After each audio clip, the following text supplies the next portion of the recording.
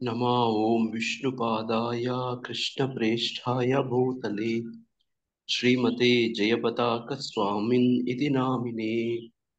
नमः आचार्यपादाय निताय कृपप्रदायिने गौरकथादामदाय नगरग्रामतारिणे। नमः ओं विष्णुपादाय कृष्णप्रेष्ठाय भूतले श्रीमते भक्तिवेदान्त स्वामिन् इति नामिने। नमस्ते सारस्वते देवे गौरवाणी प्रचारिणे निर्विशेष शून्यवादी पाश्चात्य देश तारिणे। जय श्री कृष्ण चैतन्य प्रभु नित्यानंद श्री अद्वैत गदाधर श्रीवासादि गौर भक्त वृंदा। हरे कृष्णा कृष्णा कृष्णा हरे हरे हरे राम राम राम हरे हरे। ॐ अज्ञानतिमिरान्धस्य ज्ञानाञ्जनशलाकया चक्षुरुन्मिलितं येन तस्मै श्रीगुरवे नमः। मूकं करोति वाचालिं पङ्गं लङ्घायते गिरिं यत्कृपातमहं वन्दे श्रीगुरुं दीनतारिणं परमानन्दमाधवं श्रीचैतन्यमीश्वरम्। हरि ओಂ तत्सत्। ಹರೇ ಕೃಷ್ಣ. ಎಲ್ಲರಿಗೂ ಈ ದಿನದ ಗೀತಾರ್ಥ ಸ್ವಾರಸ್ಯ ಕಾರ್ಯಕ್ರಮಕ್ಕೆ ಮತ್ತೊಮ್ಮೆ ಸುಸ್ವಾಗತ. ಈ ದಿನ ನಾವು ಭಗವದ್ಗೀತೆಯ ರೂಪದ 14ನೇ ಅಧ್ಯಾಯದ 26ನೇ ಶ್ಲೋಕವನ್ನು ಅಧ್ಯಯನ ಮಾಡ್ತಿದ್ದೀರಿ. ಈ ಶ್ಲೋಕದ ಅನುವಾದ ಹೀಗಿದೆ: ಎಲ್ಲ ಸನ್ನಿವೇಶಗಳಲ್ಲಿಯೂ ಲೋಪ ಮಾಡದೆ ಸಂಪೂರ್ಣ ಭಕ್ತಿ ಸೇವೆಯಲ್ಲಿ ನಿರತನಾದವನು ಕೂಡಲೇ ಐಹಿಕ ಪ್ರಕೃತಿ ಗುಣಗಳನ್ನು ಮೀರುತ್ತಾನೆ, ಹೀಗೆ ಬ್ರಹ್ಮನ್ ಹಂತಕ್ಕೆ ಬರುತ್ತಾನೆ. ಹರೇ ಕೃಷ್ಣ. ಅರ್ಜುನನ ಪ್ರಶ್ನೆ ಏನಾಗಿತ್ತು? ಯಾರಾದ್ರೂ ಹೇಳ್ತೀರಾ? ಅರ್ಜುನನ ಪ್ರಶ್ನೆ ಏನಾಗಿತ್ತು? ಹರೇ ಕೃಷ್ಣ ಪ್ರಭುಜಿ. 3 ಗುಣಗಳನ್ನು ತಿಳಿದವನ ಲಕ್ಷಣಗಳು ಏನಿತ್ತು ಅನ್ನೋದು ಪ್ರಭು. ಆತನು ಹೇಗೆ ನಡೆದುಕೊಳ್ಳುತ್ತಾನೆ, ಅವನು ಹೇಗೆ ಪ್ರಕೃತಿಗಳನ್ನು ಮೀರುತ್ತಾನೆ ಅನ್ನೋದು ಇರುತ್ತೆ. ನೋಡಿ, ಪ್ರಕೃತಿ ಗುಣಗಳನ್ನ ಮೀರೋದು, ಆತನ ಗುಣಲಕ್ಷಣಗಳು, ಅವನು ಹೆಂಗ್ ನಡ್ಕೋತಾನೆ, ಹೆಂಗಿರ್ತಾನೆ, ಅವನ ನಡವಳಿಕೆಗಳು, ನೋಡಿ ಇದೆಲ್ಲನು ನೋಡಿ ಅದಕ್ಕೆ ಉತ್ತರವಾಗಿ ಇಲ್ಲೇ ಹೇಳ್ತಿರುವಂತದ್ದು. ನೋಡಿ ಹಂಗೆ ನೋಡಿ ಅದರ ನಂತರ ಹೇಳ್ತಿರುವಂತದ್ದು ಏನ್ ಹೇಳ್ತಿದ್ದಾರೆ ಅಂದ್ರೆ, ಎಲ್ಲ ಸನ್ನಿವೇಶಗಳಲ್ಲಿಯೂ ಲೋಪ ಮಾಡದೆ. ನೋಡಿ, ನಾವು ಏನ್ ಮಾಡ್ತೀವಿ, ಮಾಡೋ ಪ್ರಯತ್ನ ಮಾಡ್ತೀವಿ, ಅದರಲ್ಲಿ ಲೋಪ ಆಗತ್ತೆ, ತಪ್ಪು ಮಾಡ್ತೀವಿ. ನೋಡಿ, ಟು ಎರ್ ಇಸ್ ಹ್ಯೂಮನ್, ತಪ್ಪು ಮಾಡುವುದು ಸಹಜ ಕಣು, ಅದು ತಿದ್ದಿ ನಡೆಯುವುದು ಮನುಜ ಕಣು ಅಲ್ವಾ? ಈ ತರದೆಲ್ಲ ಓದಿದ್ದೀವಿ. ನಾವೇನೋ ಒಂದು ಪ್ರಯತ್ನ ಮಾಡಕ್ ಹೋಗ್ತೀವಿ, ನಾವೆಲ್ಲ ಜ್ಞಾನ ತಿಳ್ಕೊಳಕ್ ಹೋಗ್ತೀವಿ, ಅಭ್ಯಾಸ ಮಾಡಕ್ ಹೋಗ್ತೀವಿ, ಎಡು ಬೀಳ್ತೀವಿ. ನೋಡಿ, ನಾವು ನಡೆಯೋರೆಲ್ಲಾನು ನಡಿಗೆ ಹಂಗೆ ಕಲ್ತಿಲ್ಲ, ಎಷ್ಟೋ ಸರ್ತಿ ಎಡು ಬಿದ್ದಿದೀವಿ. ನೀವು ನೋಡಿರ್ತೀರಿ, ಮಕ್ಕಳು ನಡೆಯುವಂತ ಮಕ್ಕಳು ಹೆಂಗ್ ಬೀಳ್ತವೆ ಅಂತ ಅಲ್ವಾ? ನೋಡಿ, ಅದೇ ತರ ಒಂದ್ ಸೈಕಲ್ ಕಲಿಬೇಕಾದ್ರೆ, ಒಂದ್ ಈಜು ಹೊಡಿಬೇಕಾದ್ರೆ, ನೋಡಿ ಏನೋ ಒಂದು ಹೊಸದಾಗಿ ಅಡ್ಗೆ ಮಾಡ್ಬೇಕಾದ್ರೆ, ನೋಡಿ ಬಹಳಷ್ಟು ತಪ್ಪು ಮಾಡಿನೇ ಪ್ರಾರಂಭ ಮಾಡ್ತೀವಿ, ಆಮೇಲೆ ಸರಿಪಡ್ಸ್ಕೊತಾ ಬುದ್ಧಿ ಕಲ್ತ್ಕೊಳ್ತಾ ಮುಂದೆ ಹೋಗ್ತೀವಿ. ಹಂಗೆ ಈ ಈ ಈ ವಿಷಯನೂ ಕೂಡ ಯಾವುದು ಆಧ್ಯಾತ್ಮಿಕ ಸಾಧನೆ. ನೋಡಿ, ಅರ್ಜುನನ ಪ್ರಶ್ನೆ, ಈ ಗುಣಗಳನ್ನ ಮೀರುವಂಥದ್ದು, ಹಂಗೆ ಪ್ರಯತ್ನ ಪಟ್ಟವರು ಪತನ ಆಗುವಂಥದ್ದು ತುಂಬಾ ಸಹಜ. ನೋಡಿ, ಇದರಲ್ಲಿ ವಿಶ್ವಾಮಿತ್ರ ಮುನಿಗಳು ಕೂಡ ನೋಡಿ, ಆತ ಒಬ್ಬ ಕೌಶಿಕನಾಗಿ ಕ್ಷತ್ರಿಯನಾಗಿ ಇರ್ತಾನೆ. ನೋಡಿ, ಆತ ವಸಿಷ್ಠರನ್ನ ನೋಡ್ತಾನೆ. ವಸಿಷ್ಠ ಬ್ರಾಹ್ಮಣ, ಇವರು ಕ್ಷತ್ರಿಯ. ನೋಡಿ, ವಸಿಷ್ಠರಿಗೆ ವಿಶೇಷವಾದಂತ ಬ್ರಾಹ್ಮಣ ತೇಜಸ್ಸು ಇರುತ್ತೆ. ನೋಡಿ, ಬ್ರಹ್ಮ ತೇಜಸ್ಸು, ಆ ಒಂದು ಶಕ್ತಿ, ಬ್ರಾಹ್ಮಣನಾಗಿ ನೋಡಿ ಅವರು ಬ್ರಹ್ಮ ಋಷಿಯಾಗಿ ನೋಡಿ ಅವರು ಮಾಡಿದಂತ ಸಾಧನೆ ಸಿದ್ಧಿ ಈತನಿಗೆ ಆಶ್ಚರ್ಯ ಅನ್ಸುತ್ತೆ. ನನ್ನ ಕ್ಷಾತ್ರ ತೇಜಸ್ಸು, ತನ್ನ ಶಕ್ತಿ, ಇದೇನೂ ಇಲ್ಲ ಅನ್ಸುತ್ತೆ ಅದ್ರ ಮುಂದೆ. ನೋಡಿ, ಸಹಜವಾಗಿನೇ ನೋಡಿ ಕ್ಷತ್ರಿಯನಿಗೆ ನೋಡಿ ರಜೋಗುಣದಲ್ಲಿ ಇರುವಂತವನಿಗೆ ಆಸೆಗಳು ಇರ್ತವೆ. ಯಾವ ಮಟ್ಟಕ್ಕೆ ಆಸೆ ಅಂದ್ರೆ, ಆ ವಸಿಷ್ಠರ ಹತ್ರ ಇದ್ದಂತ ನೋಡ ಗೋಮಾತೆ ನಂದಿನಿ, ನೋಡಿ ಅದನ್ನು ಕೂಡ ತಾನು ವಶಪಡಿಸ್ಕೊಳ್ಳುವಂತ ಪ್ರಯತ್ನ. ನೋಡಿ, ಇದು ರಾಜ ಅಂದ್ರೆ ಹಂಗೇನೆ. ಯಾವ್ಯಾವ ಏನೇನ್ ಶ್ರೇಷ್ಠ ಅಂತ ಇರ್ತಾವ ಅವೆಲ್ಲ ರಾಜನ ವಶದಲ್ಲಿ ಇರ್ಬೇಕು ರಾಜನಿಗೆ ಅಂತ. ನೋಡಿ ಇದು ಸಾಮಾನ್ಯ. ನೋಡಿ ಹಂಗೆ ಪ್ರಯತ್ನ ಪಟ್ಟು ನೋಡಿ ಆತ ಮುಖಭಂಗ ಆಗ್ತಾನೆ, ಸೋತೋಗ್ತಾನೆ. ನೋಡಿ ತಾನು ಕೂಡ ಅದೇ ತರನೇ ಆಗ್ಬೇಕು ಅಂತ ಬಯಸ್ತಾನೆ. ನೋಡಿ ಹಿಂಗೂ ನನಗೂ ಅನ್ಸ್ಬಿಡುತ್ತೆ ಕೆಲವು ಸತಿ. ನಿಮ್ಗೆ ಹೆಂಗೆ, ನಿಮ್ಮೆಲ್ಲರಿಗೂ ಹೆಂಗೆ ಅನ್ಸುತ್ತೆ ಗೊತ್ತಿಲ್ಲ. ನೋಡಿ ರಾಜಕಾರಣಿಗಳ ಜೊತೆ ಒಂದ್ ಸ್ವಲ್ಪ ದಿನಗಳು ಸ್ವಲ್ಪ ಸಮಯ ಕಳೆದ್ರೆ ನನಗೂ ರಾಜಕಾರಣಿ ಆಗ್ಬೇಕು ಅನ್ಸುತ್ತೆ. ನೋಡಿ IAS ಆಫೀಸರ್ಸ್ ಇಂಥವ್ರ ಜೊತೆಗಿದ್ರೆ ನನಗೂ IAS ಆಫೀಸರ್ ಅನ್ಸುತ್ತೆ. ನೋಡಿ ಬಿಸ್ನೆಸ್ ಗಳ ಜೊತೆ ಇದ್ರೆ ನಾನು ಇವ್ರ ತರನೇ ದುಡ್ಡು ಕಾಸು ನೋಡಿ ಬಿಸ್ನೆಸ್ ಮಾಡಿ ಸಂಪಾದನೆ ಮಾಡ್ಬೇಕು ಅನ್ಸುತ್ತೆ. ನೋಡಿ ಯಾರ ಜೊತೆಗಿದ್ರ ಅವ್ರ ತರನೇ ರೌಡಿಗಳ ಜೊತೆ ಚಿಕ್ಕ ಹುಡುಗರಾಗಿದ್ದಾಗ ಎಲ್ಲಾ ರೌಡಿಗಳ ಫಿಲಮ್ಗಳು, ನಾನು ರೌಡಿ ಆಗ್ಬೇಕು ಅನ್ಸ್ಬಿಟ್ಟಿತ್ತು.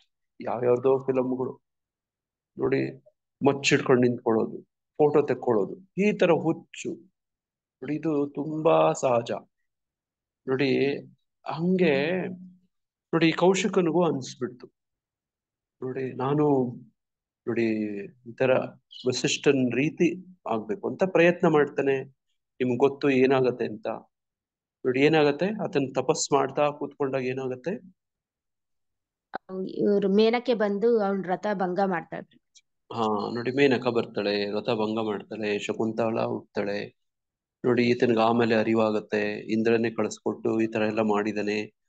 ನೋಡಿ ಮತ್ತೆ ಈ ತರ ಪತನ ಆಯ್ತು, ಮತ್ತೆ ಅದನ್ನ ಅರ್ತ್ಕೊಂಡು ಮತ್ತೆ ಶುರು ಮಾಡ್ತಾನೆ. ಲೋಪ ಆಗೋಯ್ತು, ಆ ಪ್ರಯತ್ನದಲ್ಲಿ ಲೋಪ ಆಗೋಯ್ತು. ನೋಡಿ ಪತನ ಆಗೋಯ್ತು. ನೋಡಿ ಮತ್ತೆ ತಪಸ್ಸು ಸಾಧನೆ ಸಿದ್ಧಿಗಳೆಲ್ಲ ಮಾಡ್ಕೋತಾನೆ. ನೋಡಿ ಸೂರ್ಯವಂಶದವ್ರು ಇವ್ರು ಇದಾರೆಲ್ಲ, ಇಕ್ಷ್ವಾಕು ವಂಶದವರು, ಅವರೆಲ್ಲ ಶಿಷ್ಯರುಗಳಾಗ್ತಾರೆ, ರಾಜರುಗಳು ನೋಡಿ ಈತನ ಶಿಷ್ಯರಾಗ್ತಾರೆ. ನೋಡಿ ಅಲ್ಲಿ ನೋಡಿ ತ್ರಿಶಂಕು ಮಹಾರಾಜನ ಸ್ವರ್ಗಕ್ಕೆ ತನ್ನ ತಪೋಬಲದಿಂದ ಏರ್ಸಕ್ಕೆ ಹೋಗ್ತಾನೆ. ನೋಡಿ ಅಲ್ಲಿ ನೋಡಿ ಇದು ನಿಷಿದ್ಧ, ಈ ತರ ಮಾಡಬಾರ್ದು, ವಿರುದ್ಧವಾದದ್ದು. ನೋಡಿ ಸಮಂಜಸವಾದದ್ದಲ್ಲ. ಯೋಗ್ಯತೆ ಇಲ್ದಿದ್ದವರು, ಅರ್ಹತೆ ಇಲ್ದಿದ್ದವ್ರನ್ನ ಸ್ವರ್ಗಕ್ಕೆ ಅಂತ ಈತನ ಶಕ್ತಿಯಿಂದ ಆತನ ಕಳಿಸಿದ್ರೆ ನೋಡಿ ಅಲ್ಲಿ ಕಿಕ್ಔಟ್ ಕರ್ಕೊಳಲ್ಲ. ನೋಡಿ ನಾವು ಯೋಗ್ಯತೆ ಬೆಳೆಸ್ಕೋಬೇಕು. ನೋಡಿ ಅಲ್ಲಿ ಕೆಳಗಡೆ ಬೀಳ್ತಾ ಇದ್ದವನನ್ನ ನೋಡಿ ಅಲ್ಲೇ ತಡೆದು ಅಲ್ಲೇ ಒಂದು ಸ್ವರ್ಗವನ್ನ ತನ್ನ ಶಕ್ತಿ ಬಲದಿಂದ ಸೃಷ್ಟಿ ಮಾಡಿ ನೋಡಿ ಆತನ ಅಲ್ಲೇ ನಿಲ್ಸಕ್ಕೆ ಪ್ರಯತ್ನ ಪಡ್ತಿರ್ತಾನಂತೆ. ಅದು ನಿಲ್ತಾ ಇರೋಲ್ವಂತೆ. ಎಷ್ಟೊತ್ತಿರುತ್ತೆ, ನೀವು ಪೆಟ್ರೋಲ್ ಹಾಕೊಂಡು ಹೆಲಿಕಾಪ್ಟರ್ ಅಲ್ಲಿ ಏರೋಪ್ಲೇನ್ ಅಲ್ಲಿ ಆಕಾಶಕ್ಕೆ ಹೋದ್ರೆ ಪೆಟ್ರೋಲ್ ಮುಗಿಯೋ ತನಕ ಅಲ್ಲಿರುತ್ತೆ ಫ್ಲೈಟ್. ಮುಗ್ದೋದ್ಮೇಲೆ ಏನಾಗುತ್ತೆ, ಕೆಳಗಡೆ ಹಂಗೆ ಬಿದ್ದು ಹೋಗುತ್ತೆ. ನೋಡಾಗ ಏನ್ ಮಾಡ್ತಾರಂತೆ ಕಶ್ಯಪ, ಮುತ್ತುರಾಜ್ ಪ್ರಭು ಮಾತ್ರ ಹೇಳ್ತಾರೆ. ಭವ್ಯ ಯಾರಾದ್ರೂ ಕೇಳಿಸ್ಕೊಂಡ್ರೆ ನಾನು ಹೇಳಿದ್ದು? ಜಾಯಿನ್ ಆಗಿಲ್ಲ ಪ್ರಭುಜಿ. ಅವರಿಬ್ರು ಜಾಯ್ನ್ ಆಗಿಲ್ವಾ? ಯಾಕೆ ಕೇಳಿದೆ ಅಂದ್ರೆ ಭಕ್ತಿ ವೈಭವ ಕ್ಲಾಸ್ ಅಲ್ಲಿ ನೆನ್ನೆ ಇದ್ರ ಬಗ್ಗೆ ಕ್ಲಾಸ್ ಹೇಳ್ತೀವಿ. ನೆನ್ನೆ ಏನಂದ್ರೆ ನೋಡಿ ಅವರು ಭಗವಂತ ವಿಷ್ಣುವನ್ನ ಪ್ರಾರ್ಥನೆ ಮಾಡ್ಕೋತಾರೆ. ನೋಡಿ ಏನೋ ಒಂದು ಸೃಷ್ಟಿ ಅಂತ ಮಾಡ್ಬಿಡ್ತೀವಿ, ಅದನ್ನ ಪಾಲನೆ ಕರ್ತ ಮುಂದುವರ್ಸ್ಕೊಂಡು ಹೋಗೋದು. ಇದೆಲ್ಲ ಈ ಬ್ರಹ್ಮಾಂಡಗಳೆಲ್ಲ ಸೃಷ್ಟಿ ಮಾಡಿದ್ರಲ್ಲ, ಇದನ್ನ ಬ್ರಹ್ಮ ಸೃಷ್ಟಿ ಮಾಡಿ ಬಿಟ್ಬಿಡ್ತಾನೆ. ಪಾಲನೆ ಮಾಡ್ಕೊಂಡು ಹೋಗೋದು ತುಂಬಾ ಕಷ್ಟ. ಮೇಂಟೆನೆನ್ಸ್ ನಿಮ್ಗೆ ಗೊತ್ತು, ಏನೇ ಒಂದು ಕಂಪನಿಯನ್ನು, ಒಂದು ಬಿಲ್ಡಿಂಗ್ ಅನ್ನು ಅಥವಾ ಒಂದು ಸಂಸ್ಥೆಯನ್ನು ಏನೋ ಸೃಷ್ಟಿ ಮಾಡ್ಬಿಡ್ತೀವಿ ಆ ಒಂದು ರಜೋಗುಣದಲ್ಲಿ. ಅದನ್ನ ಮುಂದುವರ್ಸ್ಕೊಂಡು ಪಾಲಿಸ್ಕೊಂಡು ಹೋಗೋದು ತುಂಬಾ ಕಷ್ಟ. ಅದನ್ನ ಭಗವಾನ್ ವಿಷ್ಣು ಮಾಡ್ಬೋದು. ನೋಡೋದಕ್ಕೆ ನಿನ್ನೆ ಭಕ್ತಿ ಕ್ಲಾಸಲ್ಲಿ ಹೇಳ್ತಿದ್ರು, ವಿಷ್ಣುವನ್ನ ಕೇಳ್ಕೊತಾರಂತವ್ರು. ಆಗ ವಿಷ್ಣು ತನ್ನ ಕೃಪೆಯಿಂದ ಅದನ್ನ ಆ ಸ್ಥಾನದಲ್ಲಿ ಹಂಗೆ ನಿಲ್ಲಿಸ್ತಾರಂತೆ, ಹಂಗೆ ಮುಂದುವರ್ಸ್ತಾರೆ. ಹಂಗೆ ಬ್ರಹ್ಮಾಂಡಗಳಲ್ಲಿ ತ್ರಿಶಂಕುನ ಪ್ರಭುಜಿ ಕೇಳ್ಕೊಳ್ಳೋದು. ತ್ರಿಶಂಕು ಕೇಳ್ಕೊಂತಾರೋ ವಿಶ್ವಾಮಿತ್ರ ಕೇಳ್ಕೊಂತಾರೋ ವಿಷ್ಣುನ? ವಿಶ್ವಾಮಿತ್ರ ಕೇಳ್ಕೊಳ್ಳೋದು. ವಿಶ್ವಾಮಿತ್ರ ತನ್ನ ತಪೋಬಲದಿಂದ ಆ ಸ್ವರ್ಗವನ್ನ ಸೃಷ್ಟಿ ಮಾಡ್ತಾನೆ. ಸೃಷ್ಟಿ ಮಾಡಿ ಸ್ಥಿತಿಲಿ ಇಟ್ಕೊಳಕ್ ಆಗೋದಿಲ್ಲ ನೋಡಿ. ಆಗ ಇದು ಎಲ್ಲಿವರೆಗೂ ಆ ಸ್ಥಿತಿಲಿ ಇಡಕ್ ಆಯ್ತು ಅಂದ್ರೆ ಆತನ ತಪೋಬಲ ಇರೋವರೆಗೂ ಆ ತಪೋಬಲ ಖರ್ಚಾಗ್ಬಿಡುತ್ತೆ. ಪೆಟ್ರೋಲ್ ಹಾಕದಂಗೆ ಡೀಸೆಲ್ ಖರ್ಚಾಗಿ ಹೋಗ್ಬಿಡುತ್ತೆ, ಒಂದು ಹಂತದಲ್ಲಿ ಖಾಲಿ ಆಗ್ಬಿಡುತ್ತೆ ತಪೋಬಲ ಅಲ್ವಾ. ನೀವು ಪಾಕೆಟ್ ಅಲ್ಲಿ ನೋಡಿ, ಪರ್ಸ್ ಅಲ್ಲಿ ಪಾಕೆಟ್ ಅಲ್ಲಿ ದುಡ್ಡು ಇಟ್ಕೊಂಡು ಪಿಕ್ನಿಕ್ ಹೋಗಿರ್ತೀರಿ. ಎಲ್ಲಿ ತನಕ ಪಿಕ್ನಿಕ್ ಅಲ್ಲಿ ಇರ್ತೀರಿ ಅಂದ್ರೆ ದುಡ್ಡು ಖಾಲಿ ಆಗೋವರೆಗೂ ಇರ್ತೀರಿ. ಆದ್ಮೇಲೆ ಏನ್ ಮಾಡ್ಬೇಕು, ವಾಪಸ್ ಬರ್ಬೇಕು ಅಲ್ವಾ. ನೋಡಿ ಹಂಗೆ ನಮ್ ಶಕ್ತಿ ಸಾಮರ್ಥ್ಯದಿಂದ ನೋಡಿ ಇಲ್ಲಿ ಹೇಳ್ತಿರಂಗೆ ಲೋಪ ಇಲ್ದೇನೆ ನೋಡಿ ದೋಷ ಇಲ್ದೇನೆ ಸಮರ್ಥವಾಗಿ ಮುಂದುವರ್ಸ್ಕೊಂಡು ಹೋಗಕ್ಕಾಗಲ್ಲ ನಮ್ ಶಕ್ತಿಯಿಂದ. ಅದಕ್ಕೆ ವಿಷ್ಣುವನ್ನ ಕೇಳ್ಕೋಬೇಕು ಅಂತ ಅರ್ಥ. ಆ ಶಕ್ತಿ ನಮ್ಮ ಪ್ರಯತ್ನ, ಶಕ್ತಿ, ಸಾಮರ್ಥ್ಯ, ಸಾಧನೆ, ಸಿದ್ಧಿಯಿಂದ ಆಗೋದಿಲ್ಲ. ವಿಷ್ಣುವಿನ ಸಹಾಯ ಬೇಕು, ವೈಷ್ಣವರ ಸಹಾಯ ಬೇಕು, ಗುರುಗಳ ಸಹಾಯ ಬೇಕು ಅಂತ ಇದರ ಅರ್ಥ. ಲೋಪ ಮಾಡ್ಬಿಡ್ತೀವಿ, ಎಡು ಬಿಡ್ತಾ ಇರ್ತೀವಿ. ನೀವೇ ನೋಡಿ, ನಿಮ್ ಮನೆಯಲ್ಲಿ ನಿಮ್ಮ ಮಕ್ಕಳು ಕಲಿಬೇಕಂದ್ರೆ ಎಷ್ಟೇ ಬಿದ್ದಿರ್ತಾರೆ, ಮತ್ತೆ ಯಾರೋ ಮತ್ತೆ ಎತ್ತಿರ್ತಾರೆ, ಮತ್ತೆ ಹಿಂಗೆ ಆಗ್ತಿರುತ್ತೆ ನೋಡಿ. ಹಂಗೆ ವಿಶ್ವಾಮಿತ್ರನ ಪ್ರಯತ್ನ ಎಲ್ಲ ನೋಡಿ ಭಂಗ ಆಗ್ತಾ ಇರುತ್ತೆ ನೋಡಿ. ಹಂಗೆ ಲೋಪ ನೋಡಿ, ಹಂಗೆ ವಿಶ್ವಾಮಿತ್ರರ ಕೈಯಲ್ಲಿ ಆಗೋಲ್ಲ. ವಿಷ್ಣುವನ್ನ ಬೇಡ್ಕೊಳ್ತಾರೆ, ವಿಷ್ಣು ಸಹಾಯ ಮಾಡ್ತಾರೆ ನೋಡಿ. ವಿಷ್ಣು ಇವತ್ತು ಕೂಡ ಅದನ್ನ ಸ್ಥಿತಿಯಲ್ಲಿ ಇಟ್ಕೊಂಡಿದ್ದಾನೆ ನೋಡಿ. ನೀವೆಲ್ಲ ನೋಡಿದ್ರಿ ಹಿಂದೆ ಏನನ್ನ, ಆ ಈ ಗೋಲೋಕ ಚಾರ್ಟ್ ಅಲ್ಲಿ ಎಲ್ಲ ಗ್ರಹಲೋಕಗಳು, ನಕ್ಷತ್ರಗಳು ಇವೆಲ್ಲ ಯಾವುದರ ಮೇಲೆ ಅವಲಂಬಿತ ಆಧಾರಿತವಾಗಿದ್ದಾವೆ? ಯಾವುದರ ಸುತ್ತುತ್ತಾ ಇದೆ, ಯಾವುದರ ಮೇಲೆ ಅವಲಂಬಿತ ಆಗಿದೆ? ಯಾರಾದ್ರೂ ಹೇಳ್ತೀರಾ? ಗರ್ಭೋದಕ ಭಗವಂತನ ಆಧಾರದ ಮೇಲೆ, ಕೃಷ್ಣನ ನಾಭಿ ಮೇಲೆ ಅವೆಲ್ಲ ಗರ್ಭೋದಕಶಾಹಿ ಪ್ರಭುಜಿ. ಓಕೆ ಕ್ಷೀರೋದಕ ಓಕೆ ಓಕೆ. ಇನ್ಯಾರಾದ್ರೂ ಏನಾದ್ರೂ ಹೇಳ್ತೀರಾ? ನಾರಾಯಣನ್ ಮೇಲೆ ಪ್ರಭುಜಿ. ಬ್ರಹ್ಮಾಂಡ ಈ ಇದನ್ನು ಕೃಷ್ಣನೇ, ನಾರಾಯಣ ಕೃಷ್ಣನೇ, ಆದ್ರೆ ಅದಕ್ಕೆ ಒಂದು ಹೆಸರಿದೆ ನೋಡಿ. ನಾಭಿ ಪ್ರಭುಜಿ. ಕೃಷ್ಣನ ಕ್ಷೀರೋದಕಶಾಹಿ ವಿಷ್ಣುನ ಪ್ರಭು. ಕಾರಣೋದಕಶಾಹಿ ಒಂದ್ ನಿಮಿಷ ನೋಡ್ರಿ, ಇದು ಎಲ್ಲ ಹ್ಯಾಂಗಿಂಗ್ ಆಗಿದೆ ಕಾಣುತ್ತಾ? ಇಡೀ ಬ್ರಹ್ಮಾಂಡನೇ ಹ್ಯಾಂಗಿಂಗ್. ಯಾವ್ದ್ರ ಮೇಲೆ ಹ್ಯಾಂಗಿಂಗ್ ಆಗಿದೆ? ಬಲರಾಮನ ಮೇಲೆ ಪ್ರಭುಜಿ. ಗಾಳಿಯಲ್ಲಿ ಜೋತ್ ಬಿದ್ದಿದೆ, ಯಾವುದಕ್ಕೋ ಒಂದಕ್ಕೆ ಜೋತ್ ಬಿದ್ದಿದೆ. ನಿಮ್ ಮನೆಯಲ್ಲಿ ಚಾಂಡಲಿಯರ್ ಅಂತ ಹೇಳ್ತಾರೆ, ಗೊತ್ತಾ? ನಿಮ್ ಮನೆಯಲ್ಲಿ ಲೈಟಿಗೆ ಮೇಲೆ ಸೀಲಿಂಗ್ ಹಿಂಗ ಹಾಕ್ತಾರೆ, ಮೇಲಿಂದ ಕೆಳಗಡೆ ಯಾತಾಡ್ತಾ ಇರುತ್ತೆ ಲೈಟ್ಗಳು ಎಲ್ಲಾನು, ಒಂದು 10-15 ಲೈಟ್ಗಳು. ಅದನ್ನ ಚಾಂಡಲಿಯರ್ ಅಂತ ಹೇಳ್ತಾರೆ. ಅನಂತ ಧ್ರುವ ಗಾಳಿಯಲ್ಲಿ ಹಾ, ಧ್ರುವಲೋಕ ಕಾಣುತ್ತಾ ಇಲ್ಲಿ? ಹಾ ಪ್ರಭುಜಿ, ಕಾಣ್ತಾ ಇದೆ ಧ್ರುವಲೋಕ ಕಾಣಿಸ್ತಾ ಇದೆ. ನೋಡಿ, ಆ ಧ್ರುವಲೋಕದ ಮೇಲೆ ನೋಡಿ ಎಲ್ಲ ಅವಲಂಬಿತ ಆಗಿದೆ ಅಲ್ವಾ? ನೋಡಿ, ಹಂಗೆ ಆ ಧ್ರುವಲೋಕದ ಸುತ್ತು ಪ್ರದಕ್ಷಿಣಾಕಾರವಾಗಿ ಈ ಎಲ್ಲ ನಕ್ಷತ್ರಗಳು, ಗ್ರಹಗಳು, ಇಡೀ ಸೃಷ್ಟಿ ಪ್ರದಕ್ಷಿಣಾಕಾರವಾಗಿ ಸುತ್ತಾ ಇದೆ. ಅದಕ್ಕೆ ಗ್ರಹಗಳು ಅಂದ್ರೆ ನಡೀತಾ ಇರ್ತವೆ, ಚಲನೆಯಲ್ಲಿರೋವು ಅಂತ ಗ್ರಹಿಸು ನೋಡಿ. ಹಂಗೆ ನೋಡಿ, ಹಿಂಗೆ ನೀವು ಇಲ್ಲಿ ಕಾಣ್ತಿದ್ದೀರಲ್ಲ, ಭೂಮಂಡಲನು ಕೂಡ ಏನೋ ಒಂದು ಹಿಡ್ಕೊಂಡಿದೆ ನೋಡ. ಅದು ಯಾವ್ದೋ ಇಟ್ಕೊಂಡಿದೆ ಅಂದ್ರೆ ಧ್ರುವಲೋಕ. ಧ್ರುವಲೋಕದಲ್ಲಿ ಯಾರು ಇರ್ತಾರೆ ಅಂತವ್ರು, ಹಂಗೆ ಇಟ್ಕೊಂಡಿರೋರು ಅಂದ್ರೆ ಯಾರು? ಧ್ರುವಲೋಕದಲ್ಲಿ ಧ್ರುವ ಮಹಾರಾಜ ಪ್ರಭು. ಧ್ರುವ ಮಹಾರಾಜ ಪ್ರಭು. ಧ್ರುವ ಮಹಾರಾಜ ಇಟ್ಕೊಳ್ಳಲ್ಲ. ಶಿಶುಮಾರ.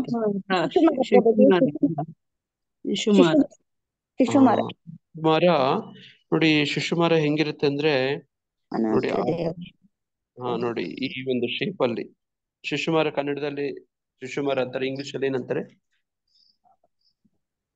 ಡಾಲ್ಫಿನ್. ಡಾಲ್ಫಿನ್ ಪ್ರಭುಜಿ, ಡಾಲ್ಫಿನ್.